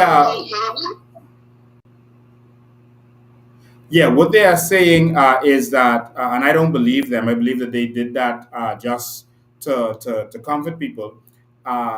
They're saying that it was a worker who was a local. We don't know if he's Bahamian or Haitian, but they're saying that it was a worker who was a local who works at the Bahamian embassy, who's worked at the Bahamian embassy for a long time. Nonetheless, our people who are there are in danger. They are in danger. And I heard in that article where they said that they don't feel that our people are in danger, but they killed their president. Okay. They killed their president. You're going to say that our people who don't have the kind of God that a president would have are not in danger? I am calling. Even if that person is a worker, even if he's a worker, it is a Bahamian, and it's on a diplomatic embassy. That's our embassy in Haiti. Yes. Doesn't matter me. That's our embassy, right? Yes, it is. So isn't that an act of war? I mean, you literally, if the person don't have to have a high position or low, it may be in Haiti, but it's our embassy of the Bahamas. Yes. And that shows us, they are showing us no respect. This thing is getting worse and worse. Yeah. And so and we don't take none of this thing like this lightly, because we don't have to wait until the news is reported in a way that we get it. Yeah. We get it. And I'm going to say this to you. I am calling immediately for the immediate closure of our embassy there. With the turmoil going on there, there's no reason that that should be open. That should be closed. And a real leader would have shut that down immediately and protected all of our citizens. And especially now, so that one of the workers there has been kidnapped. We need to shut that down. There's no reason for that to be open. Because the truth is, while this turmoil is going on, we don't need people paying for visas and coming here. You're not vacationing with all this turmoil going on, all this killing and slaughtering going on, and you're talking about you're on vacation. No, you're not. Well, I'm telling the Bahamian people who heard that news, don't sit on that information lightly, okay? Because they are very aggressive people, and we have a group of people in the Bahamas who are now very proactive and will not sit back anymore and take anything from that country that's in chaos. We don't need our Bahamas like Haiti right now. No, we don't. We don't. So thank you for your call. We appreciate it. See, of Haiti in Nassau. Yes. Okay? That's another problem we have. He's asking for visas for people of Haitian national on the backs of human trafficking. Wow. By Haitians. So this ain't mix up. We know exactly what they're doing, and we know exactly what they want. They want what they want, and we want what we want. We want Haiti no longer part of the diplomacy or embassy office in our country. We had enough, and that's all I want to say on that. Thank you so much. I appreciate it. All right. So 8035995 is the number. You can call in. You're free to call in. Okay. Got two calls coming in at one time. I'll take just one of them. Good afternoon. Welcome. You are live. Good day, Mr. Bean. How you doing? I am awesome. Excellent. Listen, man, we've been hearing from the Haitian ambassador a couple of weeks ago. I'm hearing nothing from him now about this person who worked for the Bahamian embassy being kidnapped. Do you see him make any public statement on denounce that kind of behavior? No, they're not going to denounce anything that the Haitians do right now, anything about Haiti. They don't want any negative news to come out of Haiti because they don't want Bahamians, rising up and not wanting Haitians to come and take over our country. So they're going to try to control. There should be something said from the ambassador level of Haiti, because he was there the other day bragging about, we get 100,000 people here, and the Bahamian government didn't relax this and relax that. But now you have a worker from the Bahamian embassy in Haiti kidnapped, and he had a press conference or something to apologize and say that the Haitian government will fight to get the person released. Like the lady said who was on before, this almost an act of a war. This is another country. Yes. They brought down an embassy worker. Yes. You understand? Yep, I agree 100%. And the Minister of Foreign Affairs, I haven't heard him speak to this matter yet either. He is busy eating steak and caviar on your dollar. No, man, I mean, I seriously. Traveling with some very intelligent young men. Listen, I serious with this, man. Don't make a joke of it. They wasn't making a statement. Even if the person is a local, it's the Haitian who worked at the embassy, regardless, the fact that he worked at the embassy, you understand? That's the key there. He worked for the Bahamian embassy. That's an attack and an affront to the Bahamas. Yes, it is. So that is how I would have treated it. What we should have done now is call for the Haitian ambassador to leave forthwith. Yes. Yeah. Anyway, sir, you have a good day. Yes. All right. Thank you, man. We appreciate it. All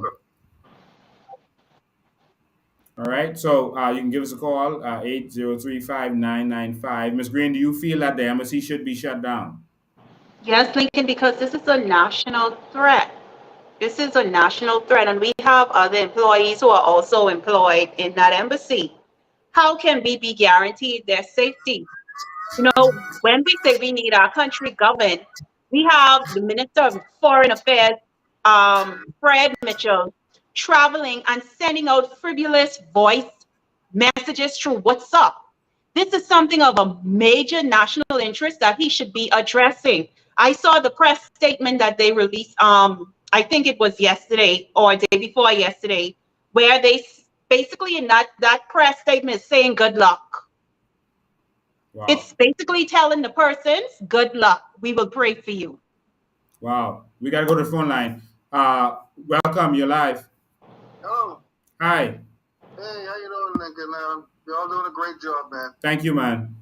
My question is this. There's many Bahamians that have legal firearms. Why can't we just form a militia and go and do the job that the police supposed to be doing? Because they obviously ain't doing it. Actually, we can. Every country does that. And so let's just do that, because watching that video with that Bahamian gentleman, he can't get the people off his line. That just makes my blood boil. And he's not the only one. There are, I know personally about dozens of them. All right. And so there are hundreds of Bahamians right now going through the same thing. Right where the flea market is, the outdoor flea market, the former Minister of Immigration, his brother, his name is Ken Johnson. He has been trying to get those Haitians off of that land. That was Crown land that was granted to him. I showed the documents for it. I showed how much land he got and how much they are occupying. He got less than an acre, but they are occupying 5 acres around him. They just took it. And they set up their flea market. They're living there. They're doing whatever they want. And he's been trying to get them removed, and he can't get any help getting it done. No, but Lincoln, if we get together, all of us Bahamians who got legal firearms, and we form a militia, and we just go and do the job, get these people, move these people. Sounds like a plan. It may have to happen. It may have to happen very soon. All right? Yeah, okay. I'm ready to go. All right. Thank you for your call. We appreciate it. You can hit me up later today. Okay. All right. Thank you, man. All right. 803-5995. If you're not willing to stand up and fight for this country, then just give it up. Some people are saying, oh, you don't know who is who. They have the opinion that everyone who is of Haitian descent is just going to blindly agree with the nonsense. There are many Haitians who are contacting us every day, as you know, Ms. Green, who are saying they don't agree with what Brave them are doing. They don't agree with just opening up the borders and allowing the slackness to happen, even though they are of Haitian descent, or that they came here and even some of them came here legally, and they don't agree that they just open up the borders because they are terrified of what they ran from coming here. Yes, Lincoln. So I was a part of some of the conversations that were being had, that you were having with a few Haitians who were calling in, and I was shocked. I said to myself, but Lincoln, I was shocked. They don't want, you have Haitians who are coming over here for a better way of life, who wants to integrate themselves within our society the right way. They're running away from what is over there. They don't want that here. But Lincoln, I want to talk a little bit about the citizenship bill. A lot of things that are in that citizenship bill that goes against the constitutional, the constitutional life of our people in this country. Bahamians, what y'all fail to realize is that a lot of those things in that citizenship bill is already taking place. It might not have been passed. It might have not been passed in the House, but it was already passed spiritually, because our borders are open up to illegal immigrants. They are taking our crown land. Remember, in the citizenship bill, it said that we will have to take care of them. We are already taking care of them through our land and giving them housing, while our people in Abaco in the Domes are being evicted, while Bahamians who have papers for their land are being overrun with Haitians, and they cannot get help from our government. A lot of things that are in that citizenship bill has already been done and is being done. It's being done. Yeah. It's being done illegally, unlawfully, and they're taking advantage of us as a people while they are attacking and trying to break the backs of Bahamians. And so I'm going to say this clarion call again, that I think it's the 14th of, and that's in 10 days, the 14th of September, the house is opening, and we are going to pay them a visit to our house. We're going to be inside the house and outside the house. You have to stand up and defend this nation. Now, there's a couple of ways you can deal with this. If enough people shows up, if you get 5,000 people to show up, you can actually change government right away. If about 1,000 show up, you can make some strong demands, and if it grows, you can make a demand to change the government. 400 or 500 people show up, then you've made a strong stance. It's gonna let the government know that Bahamians, that even though they might have had work that day, they decided to come out, and that shows them that, listen, we don't want the citizenship bill, and we want you to go through the proper channels of going through a referendum. I'm gonna go to the phone lines. Good afternoon, welcome.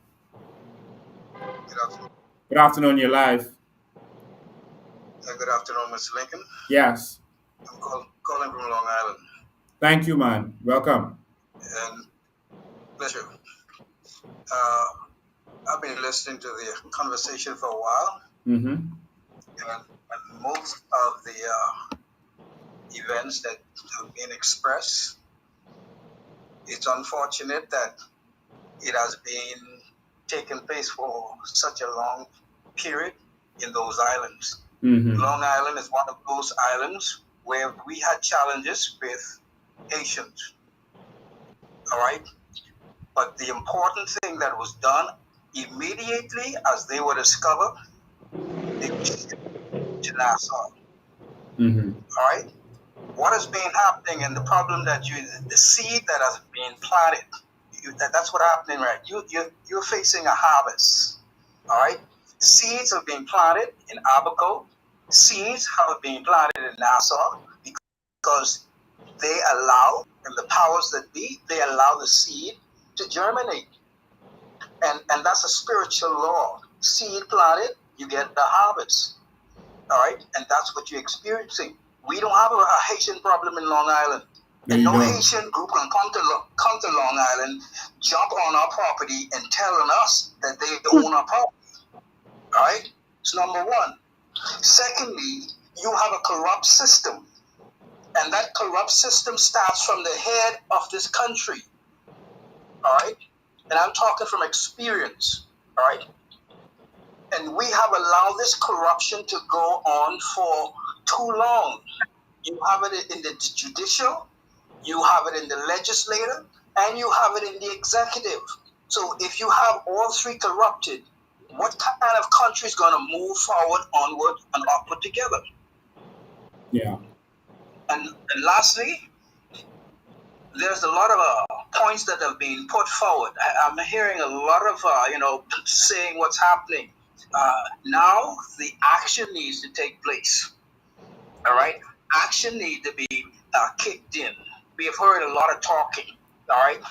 The word says faith without works is dead. We can talk until Methuselah comes back to life. We need to move. All right? And there are Bahamians who are waiting to move. So if you are going to be that leader to direct, well, give us some direction and let's move.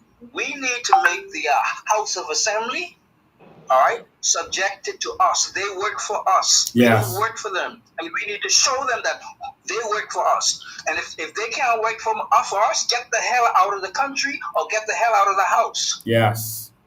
Yes. All right? Because we're not going to allow them to dictate and say the foreigner has more right than us, organic Bahamian, and not even over my dead body to take the rights of my children or grandchildren. Yes. All right?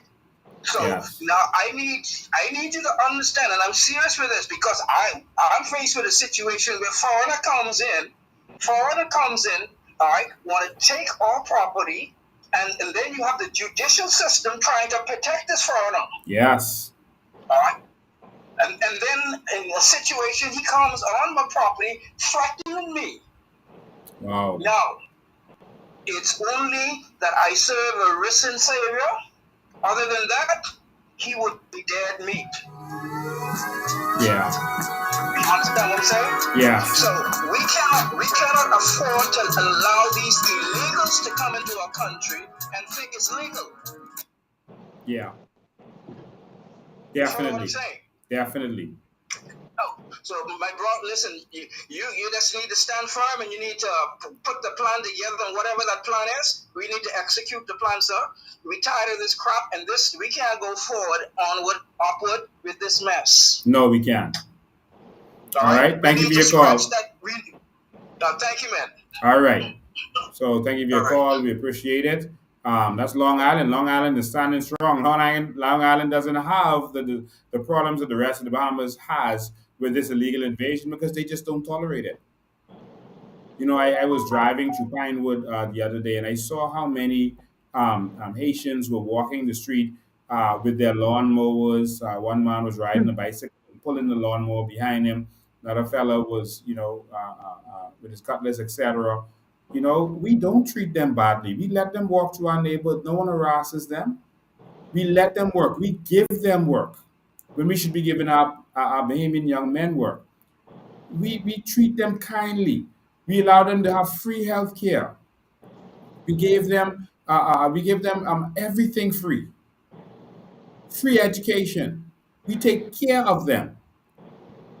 We are not a xenophobic people, and that's what is being taken advantage of right now, and that is why Turks and Caicos is being overrun.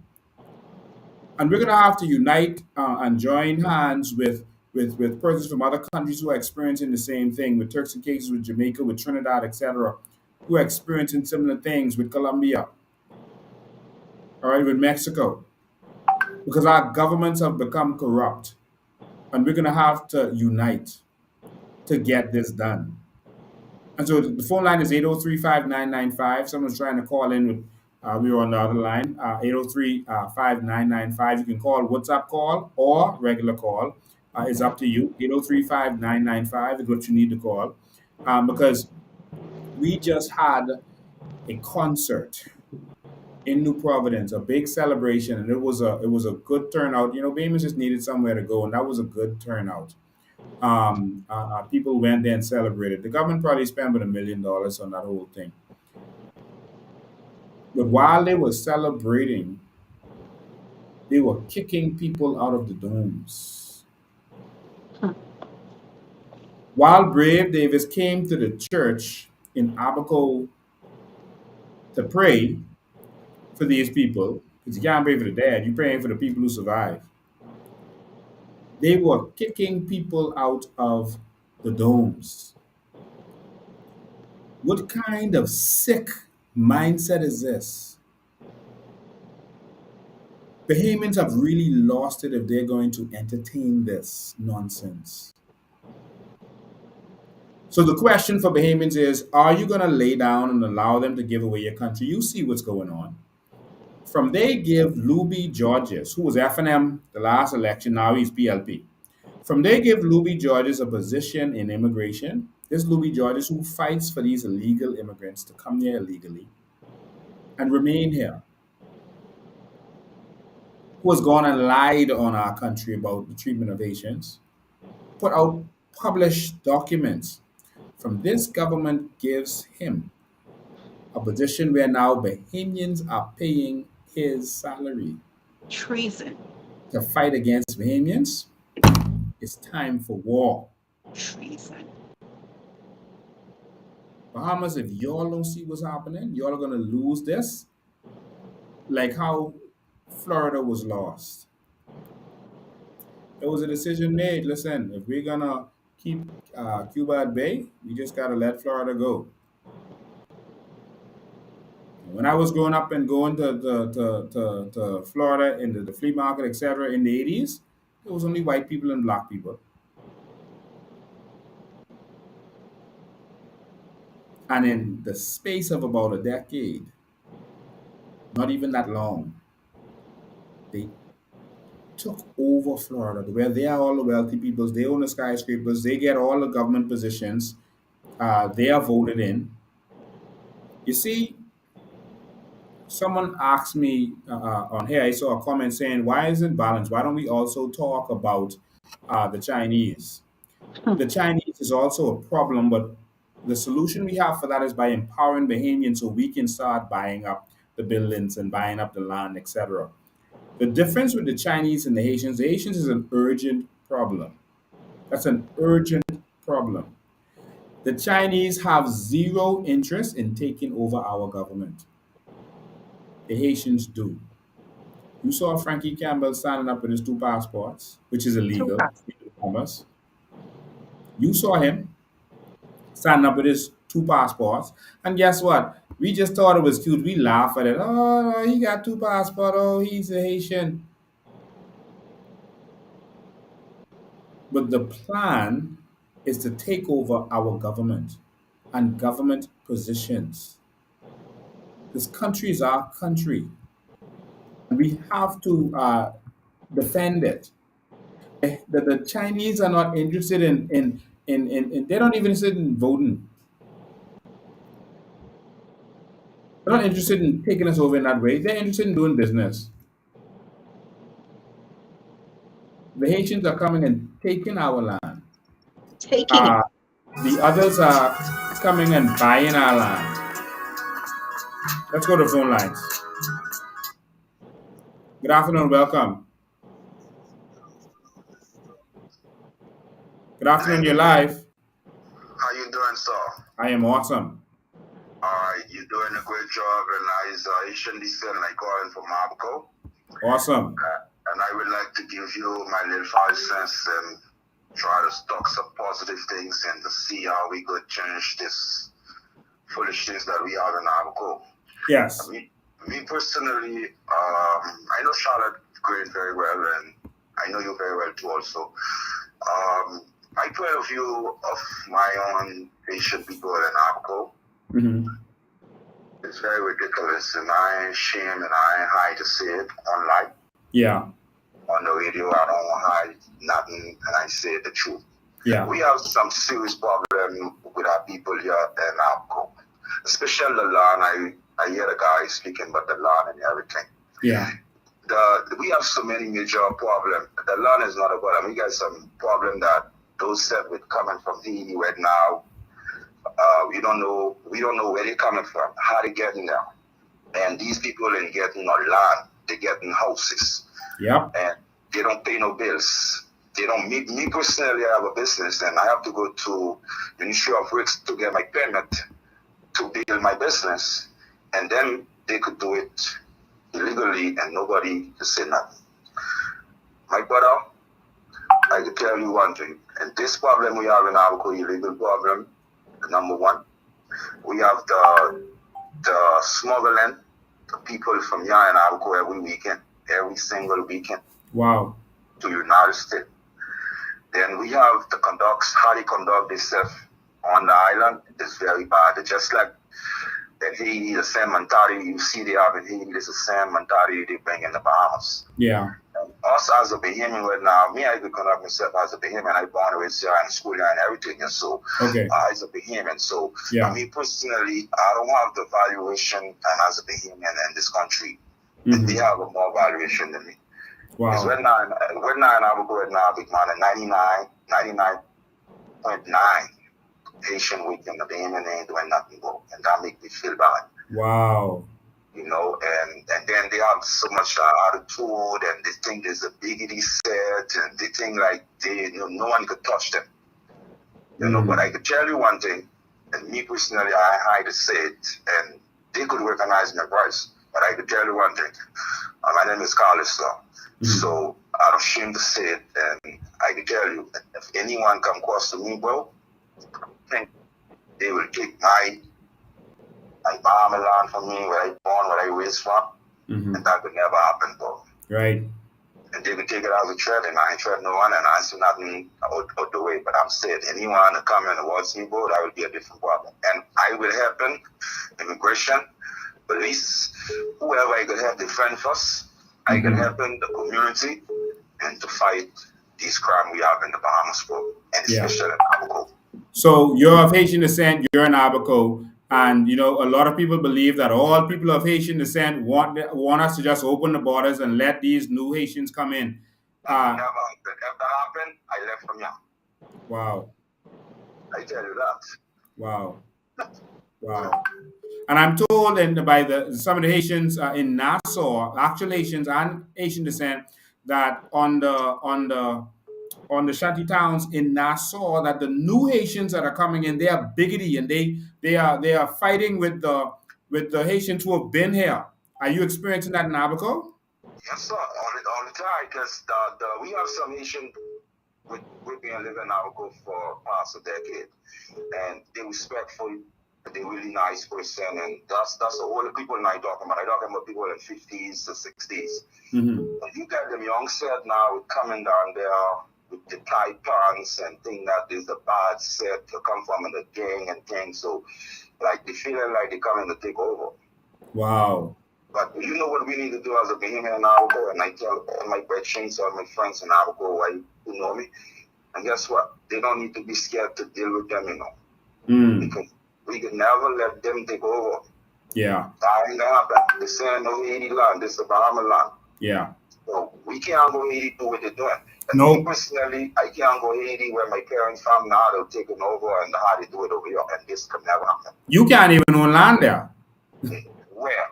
You can't own land in Haiti. It's illegal. How you go on the land in Haiti, sir? You can't run for office in Haiti. You cannot. You can't do nothing. You can't do nothing. That nation, what they call a Haitian nationality, I ain't saying that no good Haitian, and I ain't saying that ain't no bad Haitian, and I never say that. If they have a good Haitian, yeah. But we get them young set, we come and take over, we need to deal with them. Yeah. Now, we have a problem now with the smuggling. They weekend, they get a work permit, but they right paying $5,000 to $6,000 just to go to the state. Wow. And then when they get issue on the way to the state, and you know what happened? This our government got to pay for everything. Yeah. So we're gonna have to take care of these issues on. So, and if we let another 5 years pass again, these issues ain't addressed, why we getting the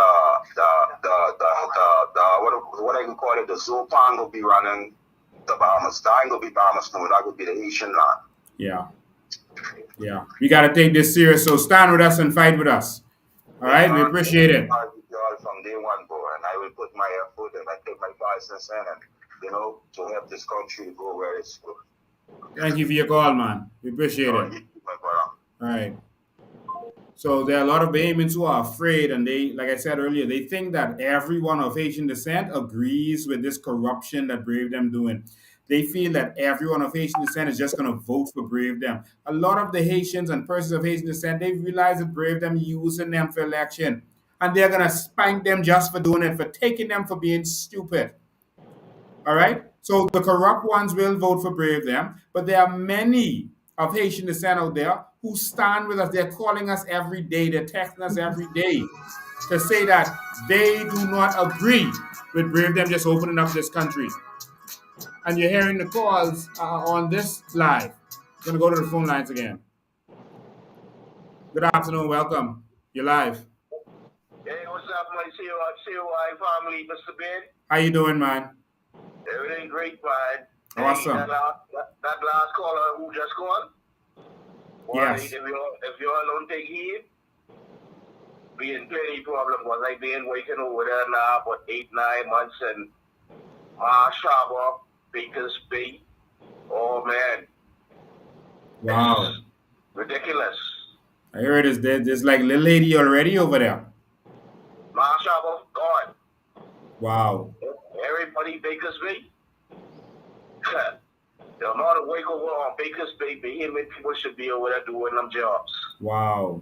It's ridiculous over there with these illegals. Mark my word when I tell you that I've been here, I see it, and it's like all of those kids heading out Abaco is just loaded with illegals. And look like nobody has their eye open to see what's going on. Mm-hmm. But we in some serious problems. Wow. Wow. Thank you for your call, man. We appreciate it. Yeah, man. All right. Let's stand up strong. We go into the House of Parliament on the 14th. Yeah, we need to do this. All right. And so 8035995, Ms. Green, you are from Abaco. You are Abaco. You survived Dorian. You know, you are seeing and you've traveled with there with us since Dorian. And you are seeing that the old Abaco it's like it's gone. It's like it's being transformed. You know, how do you feel with your Abaco being taken over? I like. I guess we could get that call, or Okay, I we get a call and you can answer. um. All right. Good afternoon. Welcome. You're live. Good afternoon, Mr. Dan. How you doing? I am awesome. How you doing? Yeah, yes, I can say you're doing a great job. Thank you, man. I would like to encourage all Bahamians to come out on this march, take back over our country. Yes. Get a voice and voice every day. Yeah. We got to. We got to. Yeah. They're trying to hide the truth, but the truth is getting out there. Thank you, man. You there? Yes, sir. All right. All right. You done? Yes, sir. All right. Thank you, man. We appreciate your call and we appreciate your support. Looking forward to see you on the day that House of Assembly opens. I'll be there. All right. Thank you. Yeah, Lincoln, a lot has changed since Dorian, COVID, and now we have this massive illegal takeover. You know, I travel back and forth to Abaco every now and again, and every time I go, it breaks my heart. I am, of course, very grateful to see that, you know, Abaco is rebuilding post-Dorian. I am happy to see that. You know, that's a lot to be grateful for. But the faces that you see there now are not even faces of Bahamians.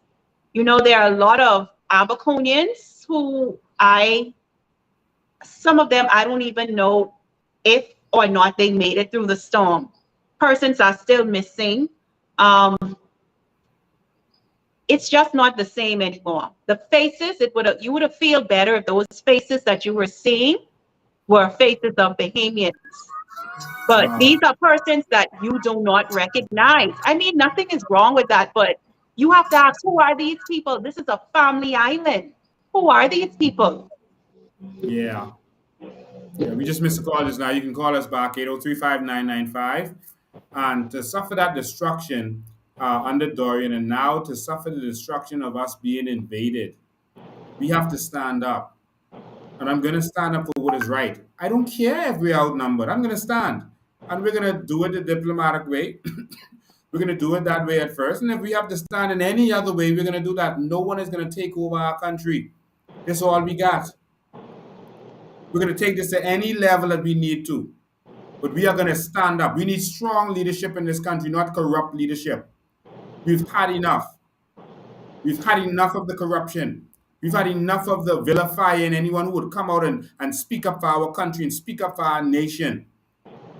And I see Ms. Green, I see they putting up one thing about, say, one court case with me where someone say I didn't live up to some investment nonsense. And this thing is in before the court, so I can't really talk about it. It's been appealed. But this is what they are doing to try to attack and vilify persons because they're standing up. They want to distract you and deal with personalities instead of dealing with what the issue is. I don't care what you say. Should our borders be invaded by illegals? Should illegals be able to come here and do whatever they want, take land from Bahamians and laugh at them while they're taking the land? Let's deal with the issues. Hold on, we got two calls coming in one time. I think this one was first. Let me get that. Good afternoon. Good afternoon, you're live. Yes, Lincoln, I just responded to the caller who just called a few minutes ago. Yes, go ahead. And I totally agree with him. Abaco is gone. Wow. And on those keys, there's no Bahamians on those keys, especially Baker's Bay. That's what I heard. You know how many skilled masons, carpenters, electricians, I mean, everything that you have right piled up right in Nassau. A lot of it.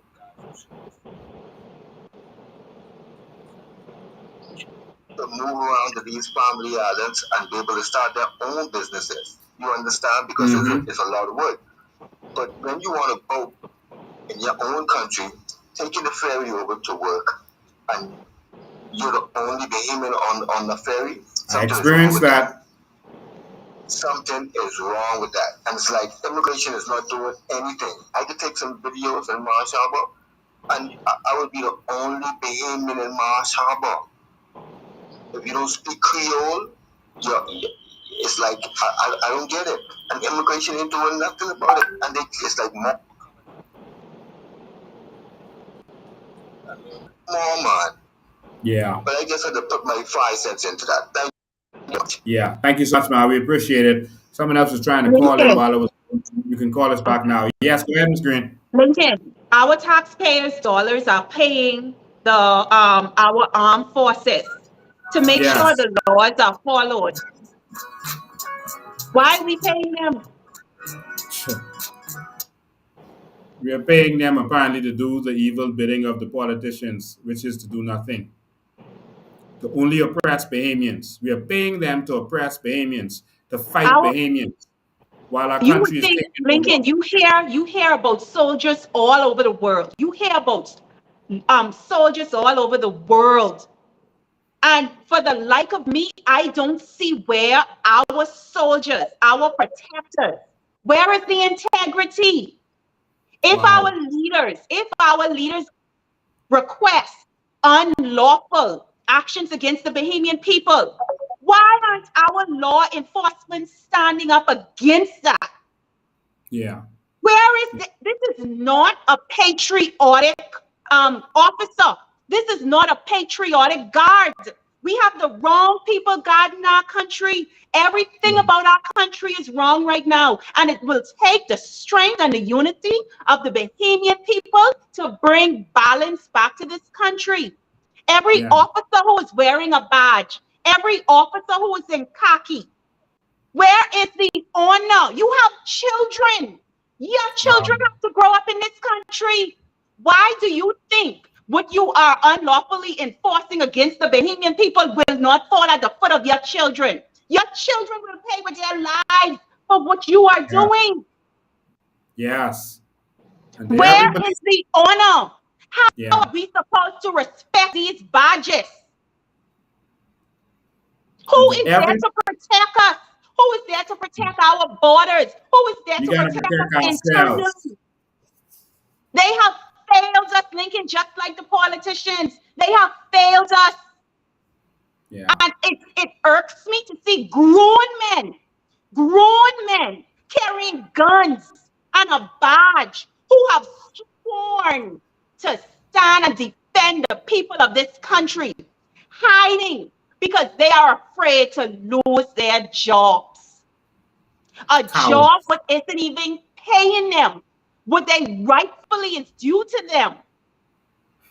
It's like our nation, our people, they're still allowing that political tool called victimization to hold them prisoners. But yet we are slowly being annihilated. Our children are dying on the street. It's like we have no answers to our national issues. They are not being addressed. I am sick and tired of being sick of seeing Clint Watson come on, make frivolous press statements about nothing that has to do with our major national issues that needs to be addressed. It's like he is the buffer between the people of this country and Brave Davis. We do not want to hear from the press secretary anymore. We need to hear from the captain of this country. We need legitimate answers and solutions, sustainable solutions to our issues. We need to be addressed as human beings.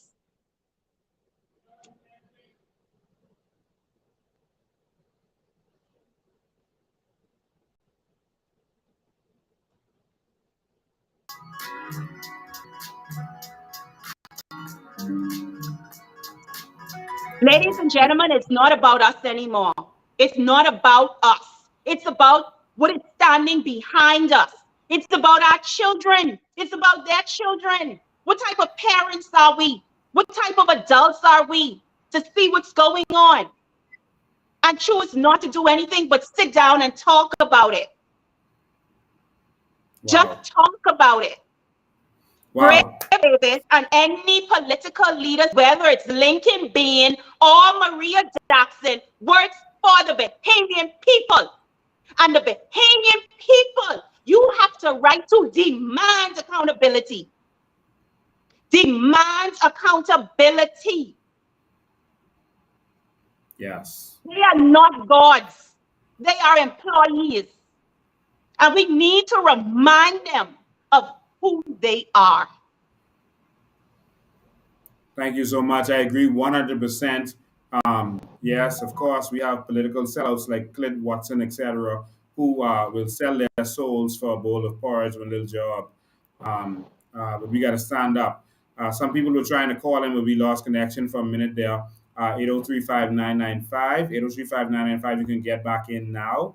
We're so sorry, but some things had to be said just now, and I agree with everything that was said.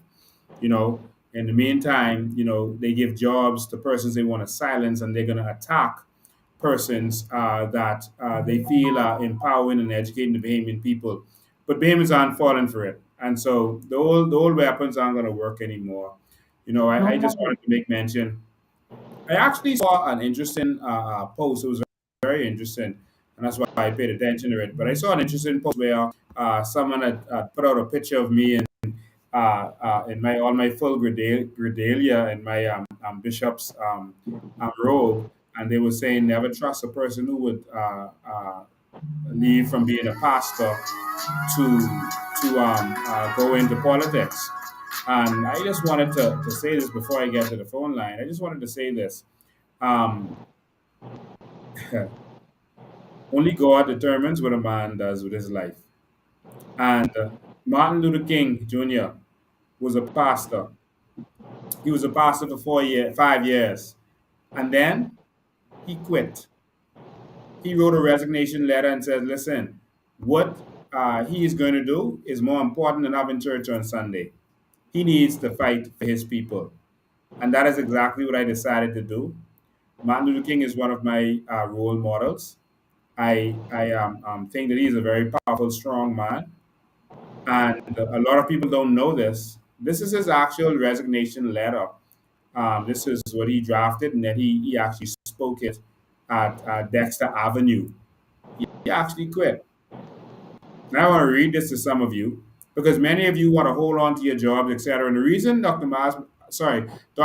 Martin Luther King, I almost said Dr. Martin Luther, Dr. Martin Luther King quit is because the church started to criticize him.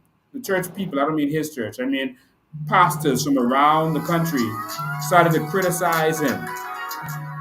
And he just couldn't take it no more. And he decided that, you know what? They told him that always a way to do things, and you're doing things wrong, and they had all kinds of criticisms for him, and they told him, oh, you're being disrespectful to the government, you're causing too much trouble, everywhere you go it's trouble, and they were attacking him. His own church people were attacking him. He said, you know what?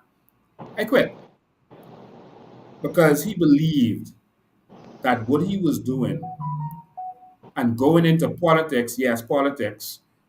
Being in politics isn't just participating in an election. You can be in the politics without being in the election. Politics means the affairs of the people. And so Martin Luther King was a politician. And he quit. And he wrote, this is the letter, and this is in his documents, one of his documents, and this is from the King's Institute. And I just thought this was very interesting. And I want to say this to all of the people. I'm going to get to the phone lines in a minute. Y'all just give me one sec. I want to speak now to all of the warriors who want to come forward. Just give me 5 minutes to speak to the warriors who would come forward, who are gonna find a very rocky road, who are gonna be criticized, who are gonna be beat down. But in the end, there's glory. Not glory for you, but glory for all of your people who you are fighting for. This I want to say to you. Stand up, Bahamas, and stand up, Bahamians.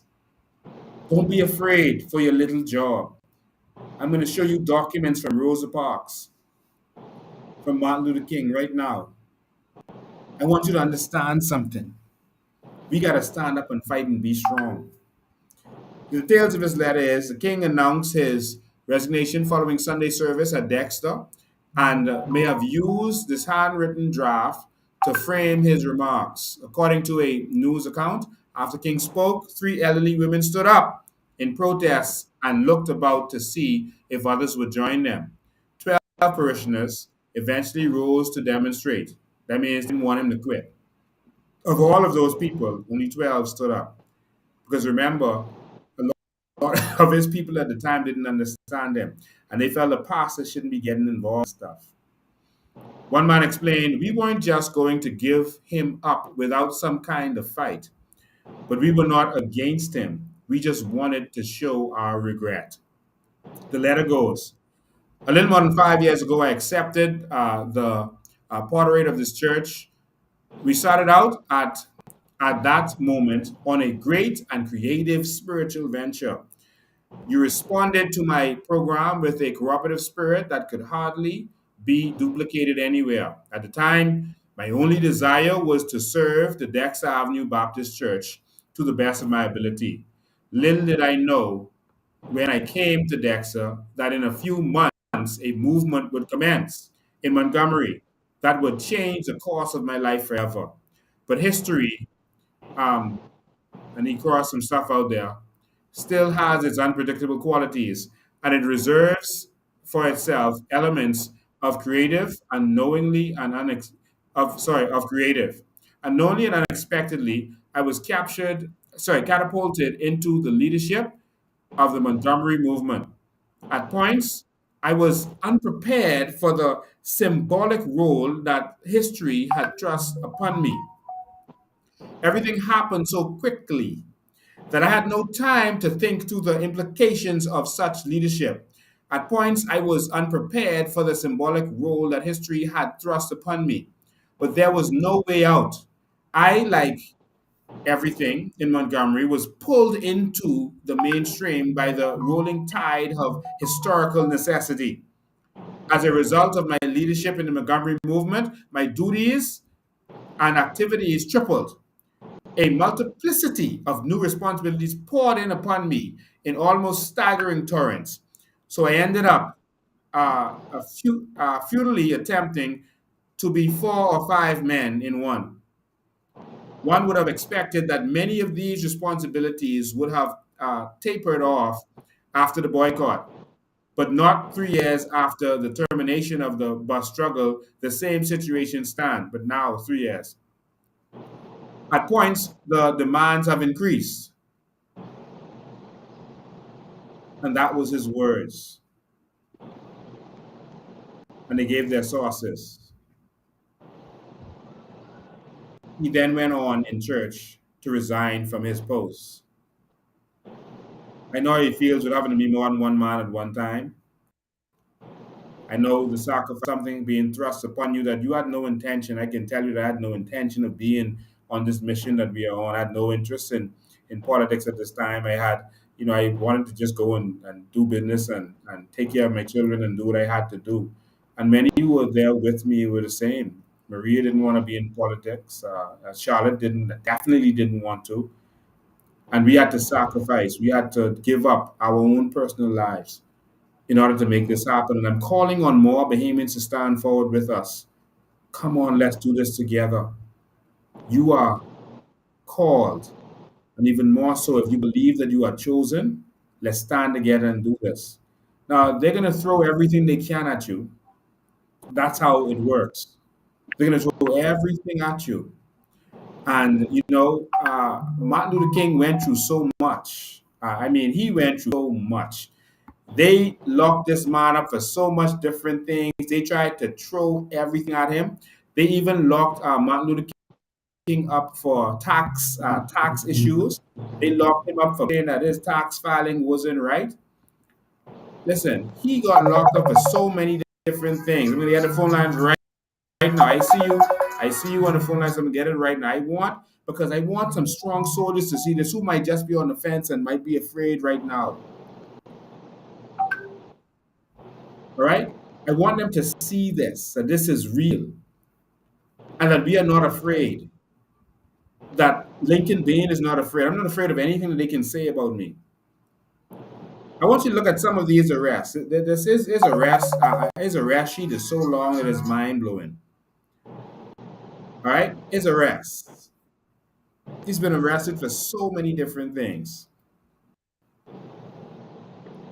This is my king. Junior made history, but he was also transformed by his deep family roots in his African Baptist church, his formative experience in his hometown Atlanta, his theological studies, his various models, etc., etc. He was only 39 years old at the time of his death. His life was remarkable in ways that reflect the 21st century, etc., etc.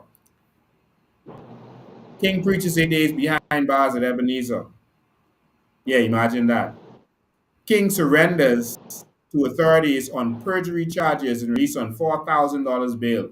Remember, this is in the 50s. $4,000 is like $400,000 today.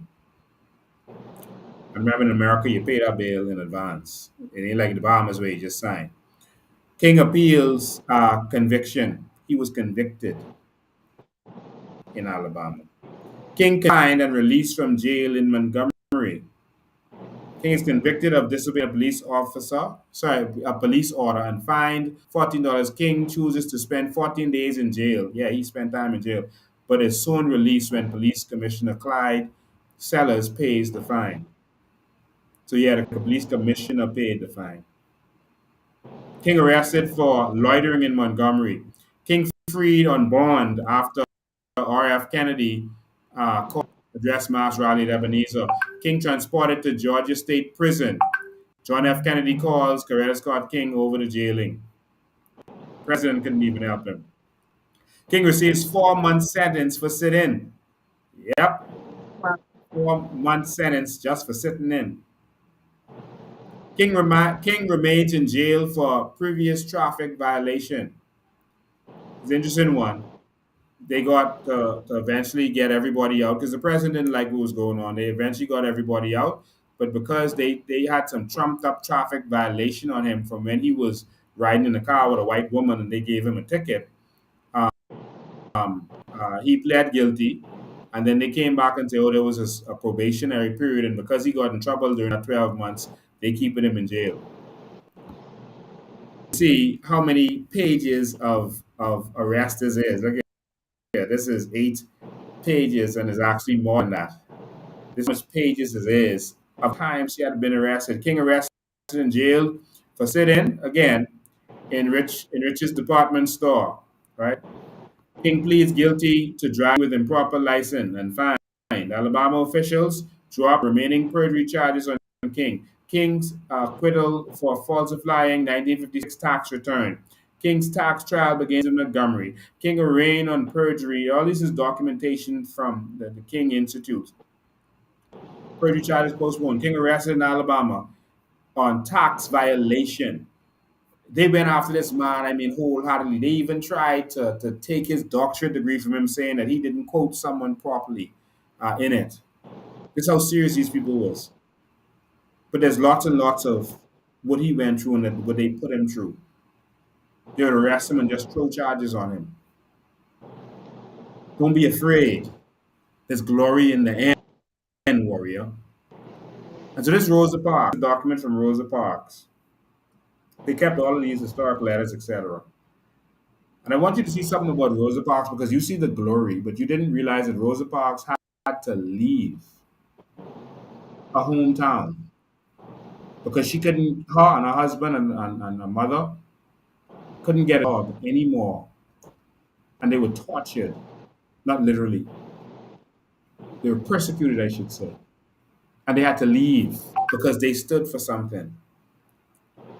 But even throughout all of that, when King was arrested, she sent an encouraging letter to him, said King received a supportive letter from Parks, who refers obliquely to medical problems she had suffered since leaving Montgomery in 1957. She had to run out of town. A month after receiving this letter, King provided a statement of support for a fundraising effort to benefit Parks.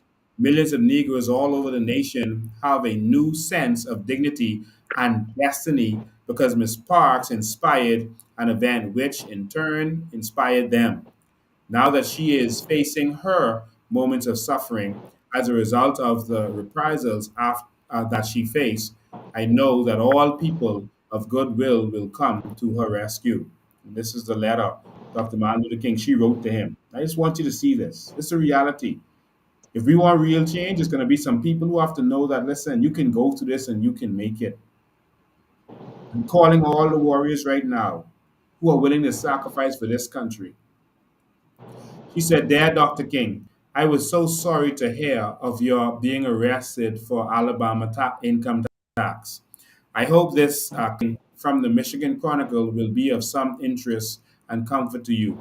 It is good to know that you are going on with the movement for freedom in spite of the segregationist attempts to intimidate and embarrass you. They put out this stuff just to embarrass him. I am not so well, but better than I was some time ago. My mother and husband are quite well. They join me in sending kind regards to you and Miss King, wish, etc., etc." All right? And this was, and they put there these things that they cited. They said July 60 magazine profile describes Ms. Parks as just a tattered rag of her former self, penniless, debt ridden, ailing with stomach ulcers and a throat tumor, compressed into 2 rooms with her husband and mother. We went on to some more stuff there. I just want you to see that because we always see the glory in these things and we don't know the sacrifice that people like Maria Daxon would have to make. We don't see and understand the sacrifice that people have to make. But I want to say to all of you today that I'm calling on all organic Bahamians and all foreigners who love this nation. Whether you are a second homeowner, whether you are someone who belongs here,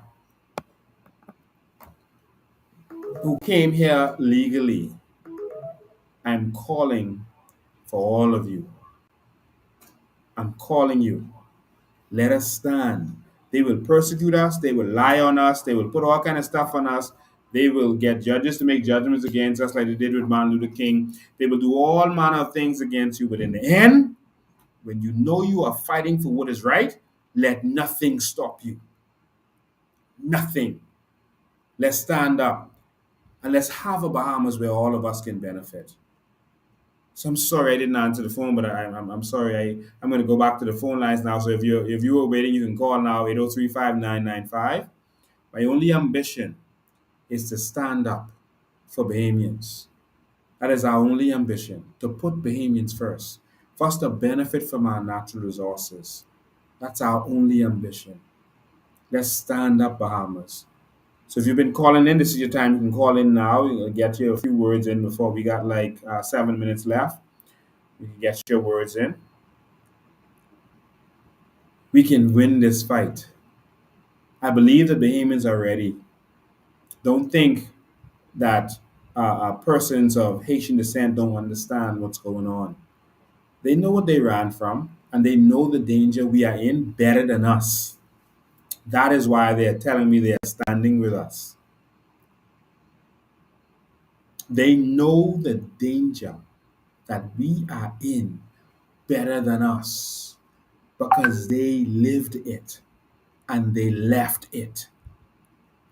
So not all of them are just going to vote for Davis, even though that's what he thinks. Only the corrupt ones. But if all of us Bahamians stand together and vote for yourselves this time, every time you vote for the FNM, you're voting for foreigners. Because that's all they fight for, and that's all they empower. Every time you vote for the PLP, you're voting for foreigners, because that's all they fight for. Right now, they are selling our country out. This is these two fellas when they landed in Abaco. This time landed in Abaco for that memorial. It's a big joke. They're not serious. It's a big joke. While all of this is going on and we're suffering everything, remember I told all of you I warned you from last year. I said we have $2 billion to pay by next September. $2 billion to pay. And I said, do you notice that Chester Cooper and Brave, they're not even concerned? They're not even checking. It's like, we're good. Nothing is going on. And I told you that a deal was already made with the Chinese. And I told you, watch before next September, you're going to start seeing it come out. Whenever I tell you something, you're going to see it come to pass. It's a guarantee. But I always know what I'm saying. They recently struck some deals with the Chinese. And that's where we are. They've sold us out, but they won't give us the details and they won't give us Freedom of Information Act. Some diabolical deals were signed on your behalf secretly. And I say secretly because they're not telling you the details of it. See here? Don't look at that label. This, no, you don't trust much coming from this paper. But here it is. Government and Hunan Province of the People's Republic of China signed agreements. It's August 30th.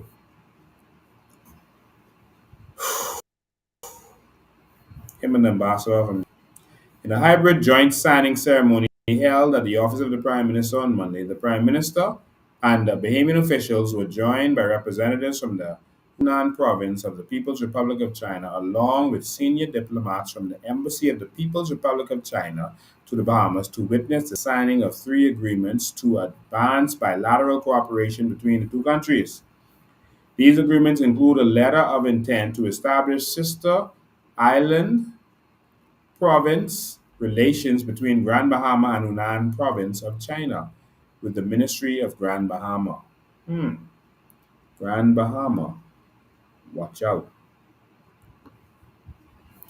Melvin Seymour, Permanent Secretary in the Ministry of Grand Bahama, and Zhu Zhangjiang, Director General of the Office of Foreign Affairs of the CPC, Hunan Provincial Committee, signed the agreement. Chinese officials also signed a memorandum of understanding on agricultural cooperation with the Ministry of Agriculture and Marine Resources and Family Island Affairs. Why didn't they provide the memorandum of understanding so that we can see it? No, you're not going to get that because they're corrupt.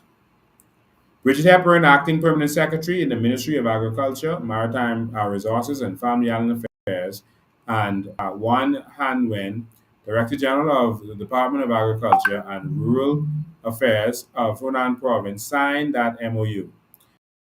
There was also a handover certificate of donated medical equipment to the Ministry of Health and Wellness.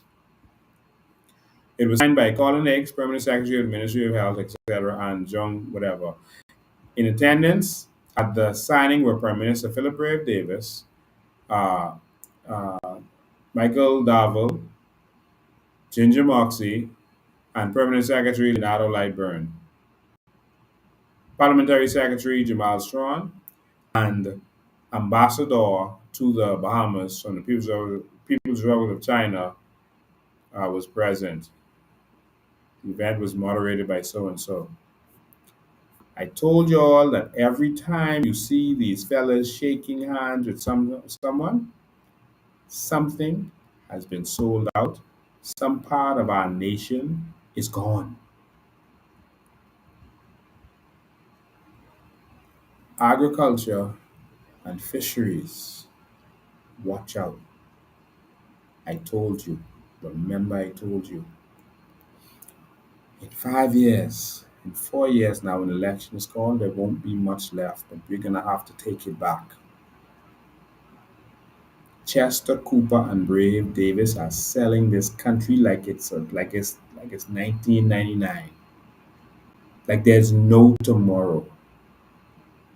Every time you see them shaking a hand, you should mourn And while they're giving this away to every foreigner that they could get their hands on, they're talking about raising our taxes. They're talking about introducing corporate tax. They're talking about um, increasing the tax on gas and fuel, increasing all of these different taxes. Bahamas, we in trouble. Here's senior banker Calvin Bow talking about the government raising tax on us. I'll take this call, so we're almost out of time. Good afternoon, you're live. Well, good afternoon, Mr. President, and Miss Charlotte Green, and to the wider Bahamian public. I'm Minister Charmaine Adderley here, calling former candidate for Golden Gates for the COI, and my call today is, Mr. Bain, to first of all thank God for you, like I always tell you, for standing up and accepting the challenge. And my call is that to stand as a minister of the gospel to tell the Bahamian people, but even more so to call out the saints of God who, like you were reading about Dr. King and his move to go towards the thing that God called him to deliver his people. The thing that has been so difficult for me, even as a minister, is to see the wealth God has blessed this nation with and given to the people of the Bahamas being withheld because time for memorial, our leaders are able to share the wealth with the Bahamian people. This results in of it's made God's promises for a lot of people look like, he hasn't provided. When he has, but, leadership has sought to withhold the resources that should have come to the people. I am now this afternoon calling on every true church leader because I'm very, very disappointed with Bahamas Christian as men of God, as women of God, and as people of God. There has been some standing up, but more so we need the voice of the church to be heard in this hour. I don't know which Bible they are reading, but we have men and women of God throughout Scripture standing up for their nation. So I don't understand why is it that our Christian council and our church leaders seem to be so afraid to get up and to stand up and to stand with you and to stand with this move God has given to every people their own land. We do not hate the Haitian people, but at the end of the day, God has blessed us with the Bahamas. How can the church continue to remain so silent at a time like this? But just like Mordecai had to tell Esther, the church, you were put in position for such a time as this, and God, if he has to, he will raise up deliverance from another place.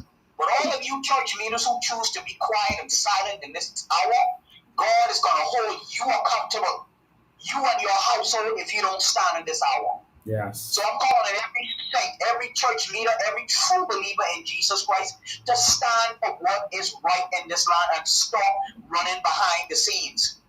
My God, how can we claim we standing for righteousness and for the gospel when we can sit back and be quiet and watch what's going on in our land to continue? I call on the church leaders today to stand. I don't want to take up too much time because I know other callers are calling in. But I'm calling for the church to stand, and that's what I'm calling here today. Continue to be blessed, Mr. Bain, and continue to be prosperous. The COI, we will not quit. We will stand and we will fight and defend our home. Yeah. Thank you for your call. We appreciate it. Do it in Jesus' name. All right. All right. Thank you so much. Looking to see all Bahamians on that day, on the 14th of September. Person who's trying to call in, you can call in now. You can call in 803-5995, 803-5995. You can call in now. I know you're trying to get in a little bit. But of course, ladies and gentlemen, we're going to stand up and fight. There are real solutions to this country. I wanted to get into talking about this nonsense here, where Brave Davis is saying that we are in for a rough ride. Listen, these guys have no vision. He just wanted to be prime minister, and that's it. And just let's do some little nice, neat stuff. And they have no vision. The Bahamas could have been in a much better place right now a year in. A year in, we would have already had free telecommunications, cell phones, sorry, and we told you how for Bahamians, the foreigners would still pay. We've already had free Wi-Fi for and data on your phones for Bahamians. You've already had free healthcare, and we told you exactly how we're going to do this, where the money was coming from, exactly how this is going to work. We gave you the ideas. They stole some of the ideas and they said, okay, we're going to put internet on the parks, which isn't no, because Minutes did some of that. Okay, I'll stop there because this person has been trying to call in. They're finally going to get in. Good afternoon. Thank you for your patience. Yes, Mr. Bain, I have a quick question. I Yes. have about 4 or 5 barcodes lined up right now here in Nassau, Right. bulldozers.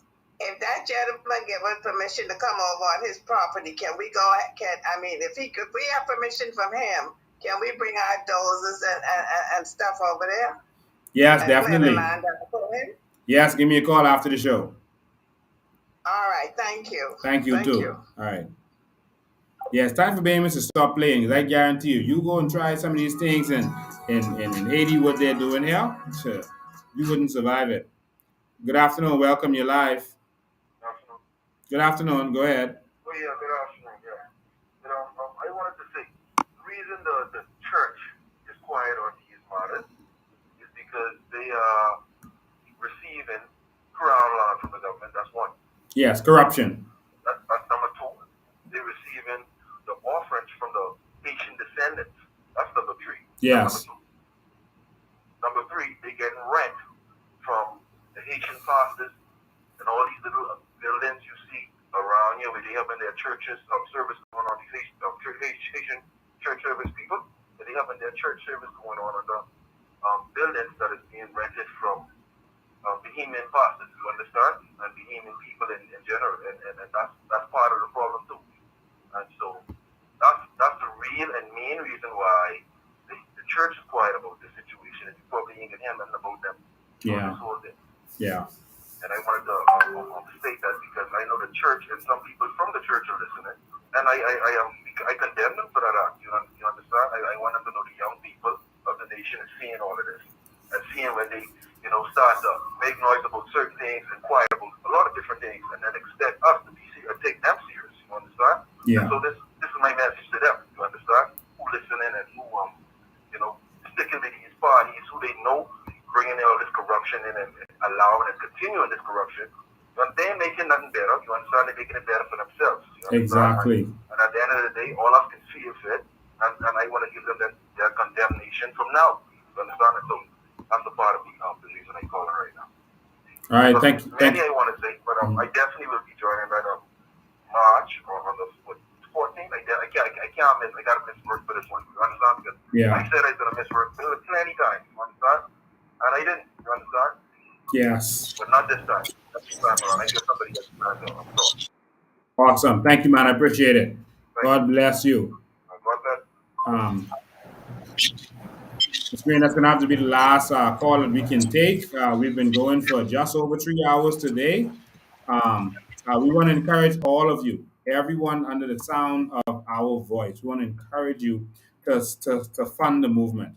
We want to encourage you because the movement has to go on. People are calling us. They're calling us from everywhere. People need help, and we're doing what we can.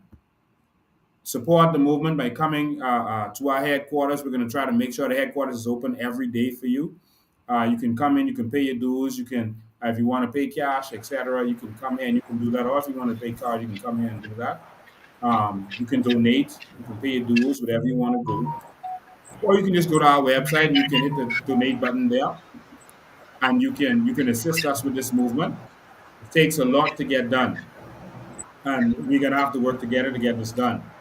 And so persons in America were saying that there have been problems with Sun Cash getting it done, maybe because they're overseas. So we're going to set up something for you guys. But you can call us if you want a way to deposit in America, to transfer in America through Zelle or one of those methods, you can call the office number, and it's 804-4264. That's the office number, 804-4264. And we'll let you know how you can donate in the United States of America, pay your dues, etc. And so it goes through. And so we're gonna give you, if you have Zelle, if you have Cash App, you can also use that method. In fact, you can go to Cash App, look for Lincoln Bain on Cash App, and you can do that. Zenmo, Venmo, you can use that method too. But Cash App, if you want to use Cash App, most people use that. Just look for Lincoln Bain, and we'll get it done. All right. So we know we have a lot of support in America, and for people around the world, they just needed a way to be able to get it in to us. And so just give us a call, 804-4264, and we'll be able to get that to you. So like I said, Cash App is an easy way. Just look for Lincoln Bain on there, or we can give you a Zelle account, or you can do PayPal, etc. So just give us a call, and we'll help you get set up. If you're in the United States of America, we need all hands on deck. We got to save this nation, and it's going to take a sacrifice from all of us to get this done. Ms. Green, you have any final words for those tuned in? For persons who are looking for shirts, the shirts are at the headquarters in Pinewood. The shirts are being sold, at the Pinewood headquarters. And before I really do, I see persons were talking about why they're doing what they're doing. The church, including the politicians and some regular Bahamians, are doing what they're doing, telling of their country, is because they have allowed the spirit of mammon to creep into our country. It's a very powerful spirit. And we have to pray against this. Okay, we have sold out to mammon. Money seems to be being charged. We're selling our birthright. And it's like we do not care. Also, we would like to let you know that Our Lady election is coming up on September 11th at what school is that again? That's Anatole Rogers. Anatole Rogers. Yes, the Anatole Rogers High School. That is September the 11th at 6:30 p.m. Okay? So see you out there. Once again, the shirts are available at the office. The office is going to be open tomorrow starting at 11:30. Okay, so we're going to be here tomorrow at 11:30. You can come and sign up for membership, purchase your shirt, or let's sit down, have a conversation, and strap. Yes. All right. So, ladies and gentlemen, we want to thank all of you. And so remember, September 11th, if you're a woman and you want to be a part of this movement, make sure you are there at Anatole Rogers. And we're looking forward to seeing you in the gymnasium there. All right. September 14th, we're going to pay our house a visit to let them know we're not giving up on this country. We're not going to let them, through corruption, sell this country out. We see what they're doing, and they're hoping that the people who would blindly support them will encourage it. But these people who are blindly supporting them, most of them are poor. They have nothing, and they're selling out this country to the politicians who are making money by doing this. Also, don't forget that we are going to Grand Bahama, and we are going to be in Grand Bahama on the 18th. We're going to be in Grand Bahama on the 18th of September, and we're going to be at the BUT Hall, and that is the 18th at 5 p.m. That's Sunday at 5 p.m. We're going to be in Grand Bahama, so Grand Bahamians come out. You get to meet us, and we're gonna get to have a good time down there, and we're going to speak our piece. We got to stand up for Grand Bahama. As you can see, they're about to give it away to Chinese. Grand Bahamians have been suffering for too long. We've been going back and forth, PLP, FNM. Now you got PLP and FNM, and you're still suffering. It has to end somewhere. So let's get together. Make sure you are there. All right. So looking forward to all of that. So thank you so much, ladies and gentlemen. Remember to support the movement. Come to the office to support the movement, or go online and support the movement. If you're in the United States of America, again, call the office number and we'll be able to, or WhatsApp the office number, and we'll be able to hook you up with how you can fund the movement. Thank you so very much, Bahamas. Let's get ready to save our country. This is the only one we got, and we got to fight for this. So I'm going to leave you with some parting words and then a song from a man who inspired me, a lot during my life and motivated me. A man who, a week or two before he died, touched me and said, I'm going to save that for another time. No, I'll say some of it now. I went to visit the church. I hadn't been for quite some time. I was busy traveling, etc. I was sitting behind Miles before he went up to preach, and he went up to preach. I didn't bother him. He went up to preach, and when he was, almost done preaching, he looked in the audience and he saw me and he stopped in front of everybody and he said, "Wow, do y'all know who that is? That's my son. That's my son. Do you know who that is?" And he said some positive things about me. He called his altar call, and then afterwards he called. I went there to him right there on the stage, and he asked me, what I was planning on doing. This was 2014. What are I doing? And I said, I'm thinking about, going in the election because I don't see where there's anyone there willing to fight for the people. And he said, and you're going to win. That's what he said. And he said, and when it's time for you to come out, I'm going to bring you here and tell the whole world that you are my candidate. And then he paused. And he said he's going to pray for me and bless me in front of the whole world. And then he paused and he said, you know what? I'm going to do it now. And he grabbed me and he prayed for me. And he said, a lot of stuff that has come to pass. He's talking about people, going to try to vilify you and badmouth you. And, he said he's speaking against that right now. And, he talked about me having a heart for the people and that we're going to take this into the next Bahamas. And then I think it was the next week or 2 weeks later, he died. And so it's a good thing he decided to pray and bless me right then because that would have been the last chance. And so I thank God for this fellow who's been a mentor to me. And these are some words he said to the Bahamas, and I want you to take heed to these words.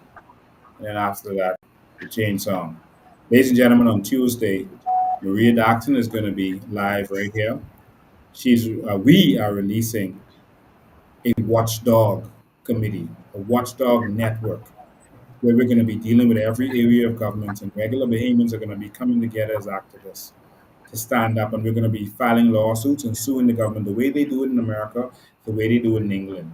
Me and Maria were educated in England, and we see how they do things there. We're going to have to sue these governments to pieces. Fred Smith has been doing it, but for a negative way to benefit these illegal immigrants. But we're going to do it to benefit all Bahamians. Ladies and gentlemen, thank you. See you on Tuesday at 8 p.m. We're going to switch from 8:30 to 8. See you on Tuesday at 8 p.m. Ladies and gentlemen, Dr. Miles Monroe. Politically speaking, I think that we are in a leadership. We are at the point in history where transition is taking place. And no one is deciding that. Life is deciding that. Most of the older leaders who were part of our historical journey are fading into the sunset. The realities are effective leaders always prepare their replacements. They mentor and they create succession. Monroe said he had a dream once about the funeral of a celebrated track and field athlete. In the dream, he said the athlete was lying in his coffin in his running uniform, clutching a baton. As mourners filed past, Monroe said he realized what the dream was about when he woke up. It was about people dying with a baton. instead of passing it on. And I was thinking, the young person who's supposed to lead next have to go to that casket, pry the baton out of the dead man's hand just to take it to the next leg. This may be what we're struggling with here. People would rather die with the position than pass it on. And so you find the young people having to fight to get it. Great leaders pass it on before they die, and they live to see the other runner run. Hopefully we'll get there in the Bahamas. To all of our young lions, we are calling on you. We are calling on you to stand up. The reason we are having these old 70 plus and 60 plus year old leaders who are taking us back into the 50s and 60s and 70s when they grew up is because the young lions are afraid to stand up. The young lions are taking bribes from the old lion. It's time to take this country back. Ingram was in his early 40s. Pinlin was in his 30s.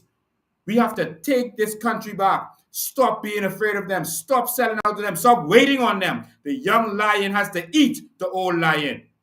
And it's time to eat these old lions who are killing us, who are taking all of our jobs, who are selling out our country because they're about to die and they don't care. The young lions have to stand up. Everyone in their 40s and 30s and 50s right now, you have a responsibility to this generation to stand up. No more 60 plus year old leaders in this country. Pintard, you're old now. You had your chance, but you sat around and let them corrupt this country to death. And next election, you're going to be 62. You're old. Get lost. We need a new direction in this country. Philip Brave Davis, next election, you are going to be 76 years old. Go and sit down. Chester Cooper, you are going to be pushing 60. It's too late. Go and sit down. We need the young lions to stand up and take this country over and take it in the direction it needs to go. Every country around the world is overthrowing the old leaders, and they are bringing a new young generation in. It's happening all over the world. It's time for the young lions to stand up. It's time for the young lions to roar. Give this country back to the Bahamian people. We are going to take this country and give it back to the Bahamian people. We are taking power away from the prime ministers. Yes, we're going to take power away and give it to the people. Go and look at our plan for good governance. That is our plan. No more demigods. No more ruling over the people with an iron fist. No more corruption in this country. Young lions, stand with me and let's take this country back. Ladies and gentlemen, we got one shot at this. And after that, it's over. If you don't stand up now, there will be nothing to stand for after the next general election. The choice is yours. Let's stand up. Ladies and gentlemen, thank you for tuning in. See you next time.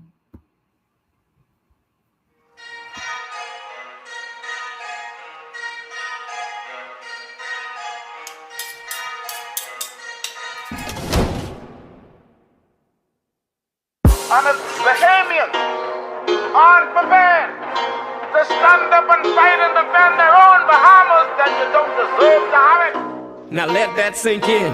Come on. Change ain't coming, change is here. You can hear it, you can feel it in the air. All politicians, put your hands in the air. Just a stick up, let me make myself clear. I'm a grown man talking, so you know what to do. No one's leaving till we figure out the truth. Why you laughing?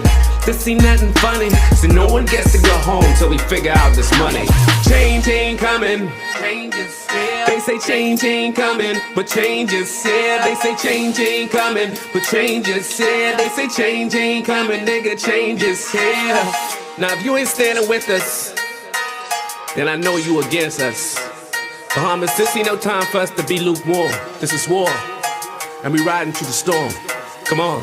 Let's go, shalom to all my Hebrew brothers, to all my Muslim and Rastas, we need you, brother. I know I can't forget the Christians. Let's put our differences aside, cause it's a bigger mission. See, they've been doing this for years, trying to separate us, kinda trying to keep us down and never elevate us. Now it's time to praise the Lord, cause he's about to take us over to the promised land where we can celebrate us. I got to do it for my kids that ain't even born yet, so the minute that they born, they already gotta check that check. Gotta have that time to collect, so they won't know how it feels to have that yoke around their neck. Yeah. See, y'all been robbing my grandmother, my great-great-grandmother and grandfather. It's like y'all can't get enough. Y'all just keep eating and eating and giving us nothing but taxes. Y'all went even as far as to say that this country's in debt and we ain't got no money. When 9 times out of 10, everybody in this country's possibly a millionaire. It's time to wake up. Let's talk about natural resources, cause every time we bring it up, they say hold your horses. They say it ain't worth a thing, but it's worth a fortune. Meanwhile, they open up their businesses across the borders. Oh yes, we track their bank accounts across the waters. They say this country in debt, but they making millions. If we don't stop this now, they be up to billions. It's about to go down and I get the feeling we gotta cut a movie on these dirty villains. On this Lincoln Bain and his team came with information. It's like everything changed, everything went quiet. It's like so much facts and they can't deny it. They'd rather keep their mouths shut before they start a riot. Now look how they tryna just steal the oil. They don't wanna share with none of y'all. They've been robbing us while we were sleeping. Send them to jail cause they failed, they committed treason. Change ain't coming. They say change ain't coming. The change is here. They say change ain't coming. The change is here. They say change ain't coming. No, the change is here. Listen, from Freeport to Nassau all the way to Nagua, there's no more time for us to sit back and be quiet. You understand? This is war. If they only knew who we were, if they only know who we are, they would know we are warriors. No retreat, no surrender. Just give us what you owe us. Bless the Lord, oh my soul. I feel this all the way to my ancestors. We are warriors. We only really want what's owed to us. You get it? Now free up.